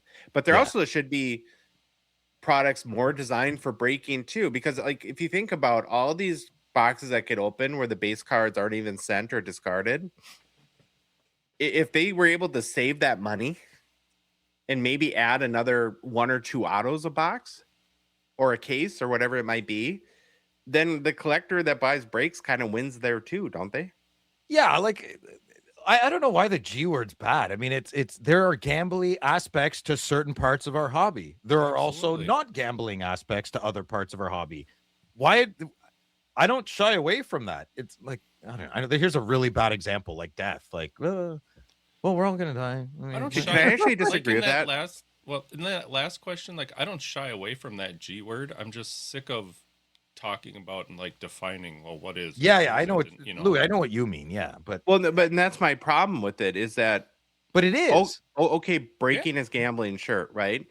How is opening a box not gambling then? Because there's different levels. I don't know, man. I'm not shying away from a definement of terms, and maybe my foot's in this pool a little bit sometimes, depending on my day. Like if I had a crappy day at work, I want to go rip a pack or 2 or buy a break and see if I can get into a good mood. And how would I get into a good mood? Hit a good card. Sure. Well, I'll give you another example. The person that just spent 90,000 Canadian on a Macklin Celebrini RPA, is that not gambling?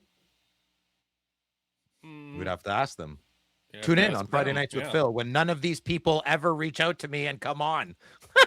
The other reason why I don't love the gambling word as a blanket statement for the hobby, and I think Louis, actually, you had made a comment a while ago that really made me think about this, is that when you talk about that, we assume that the only benefit to participating in the hobby is the value of your collection, or the only benefit to buying a box, or the only positive outcome is if I spent $100 on the box and I got more than $100 worth of cards. But like, and if you do view the hobby only as what my cards are worth, like that, like that's the way that you enjoy the hobby, then I think it absolutely applies. But we were in when we were in Toronto, I think I opened up 3 boxes of Flair, and they were about $250 each. I had no expectation at all of. I'm like, listen, I know enough about the hobby and this product. There's the odds of me exceeding the value of what I'm spending are very small, but I just loved opening those boxes, and I decided it was worth it to me. Very fun, very worth every moment of those Flair boxes. It's not like Parker's Champions, but the feeling it invoked felt like Parker's Champions. Yeah, it was awesome. Yeah.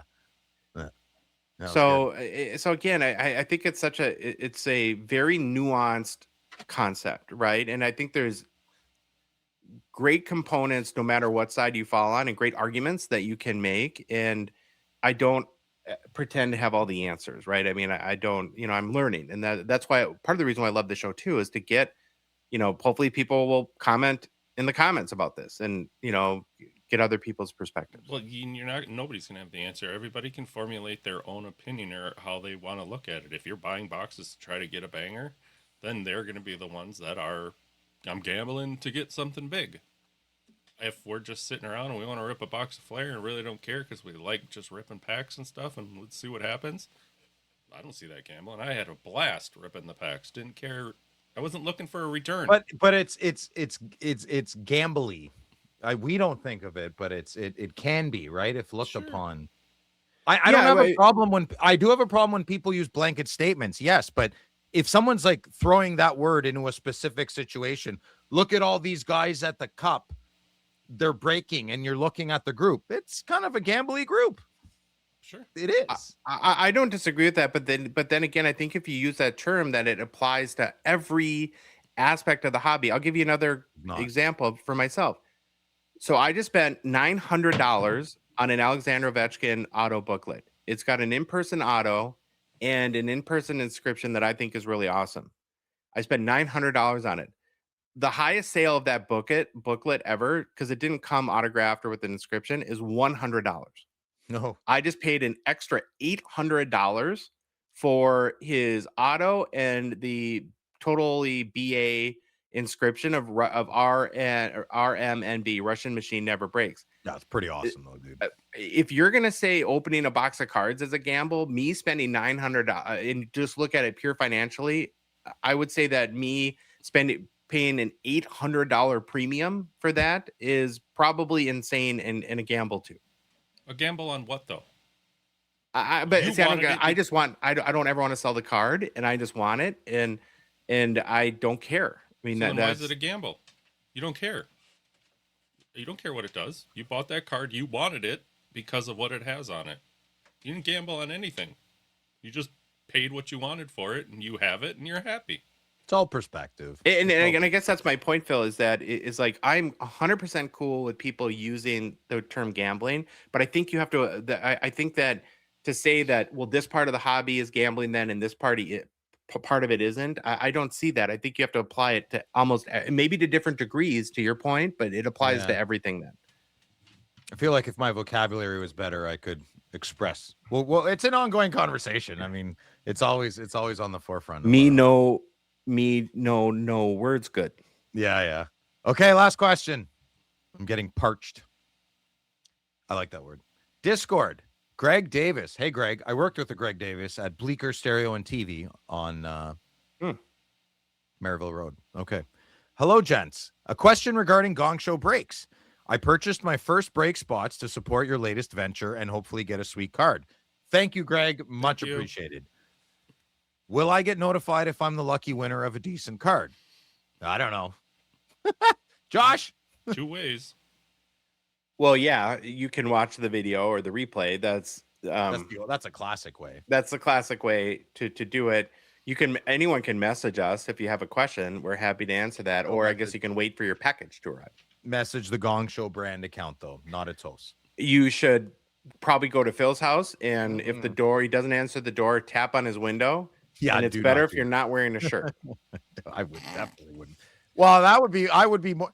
I'll be honest. If there's a guy tapping on my window and he was like all crazy, like lipstick on the forehead, no shirt, tarp off and everything. Let him in. I would be much more approachable. I would be on alert, but I would be much more soft approaching the situation. If there's just an aggressive man banging on my window, I'm going to match your energy. Yeah. But someone who's obviously hurting. Yeah. Let's talk first. All right, Phil. Thank you. That was a lot of heavy lifting. You're welcome. I like questions. I like them. Keep them coming. Yeah, keep them more the merrier.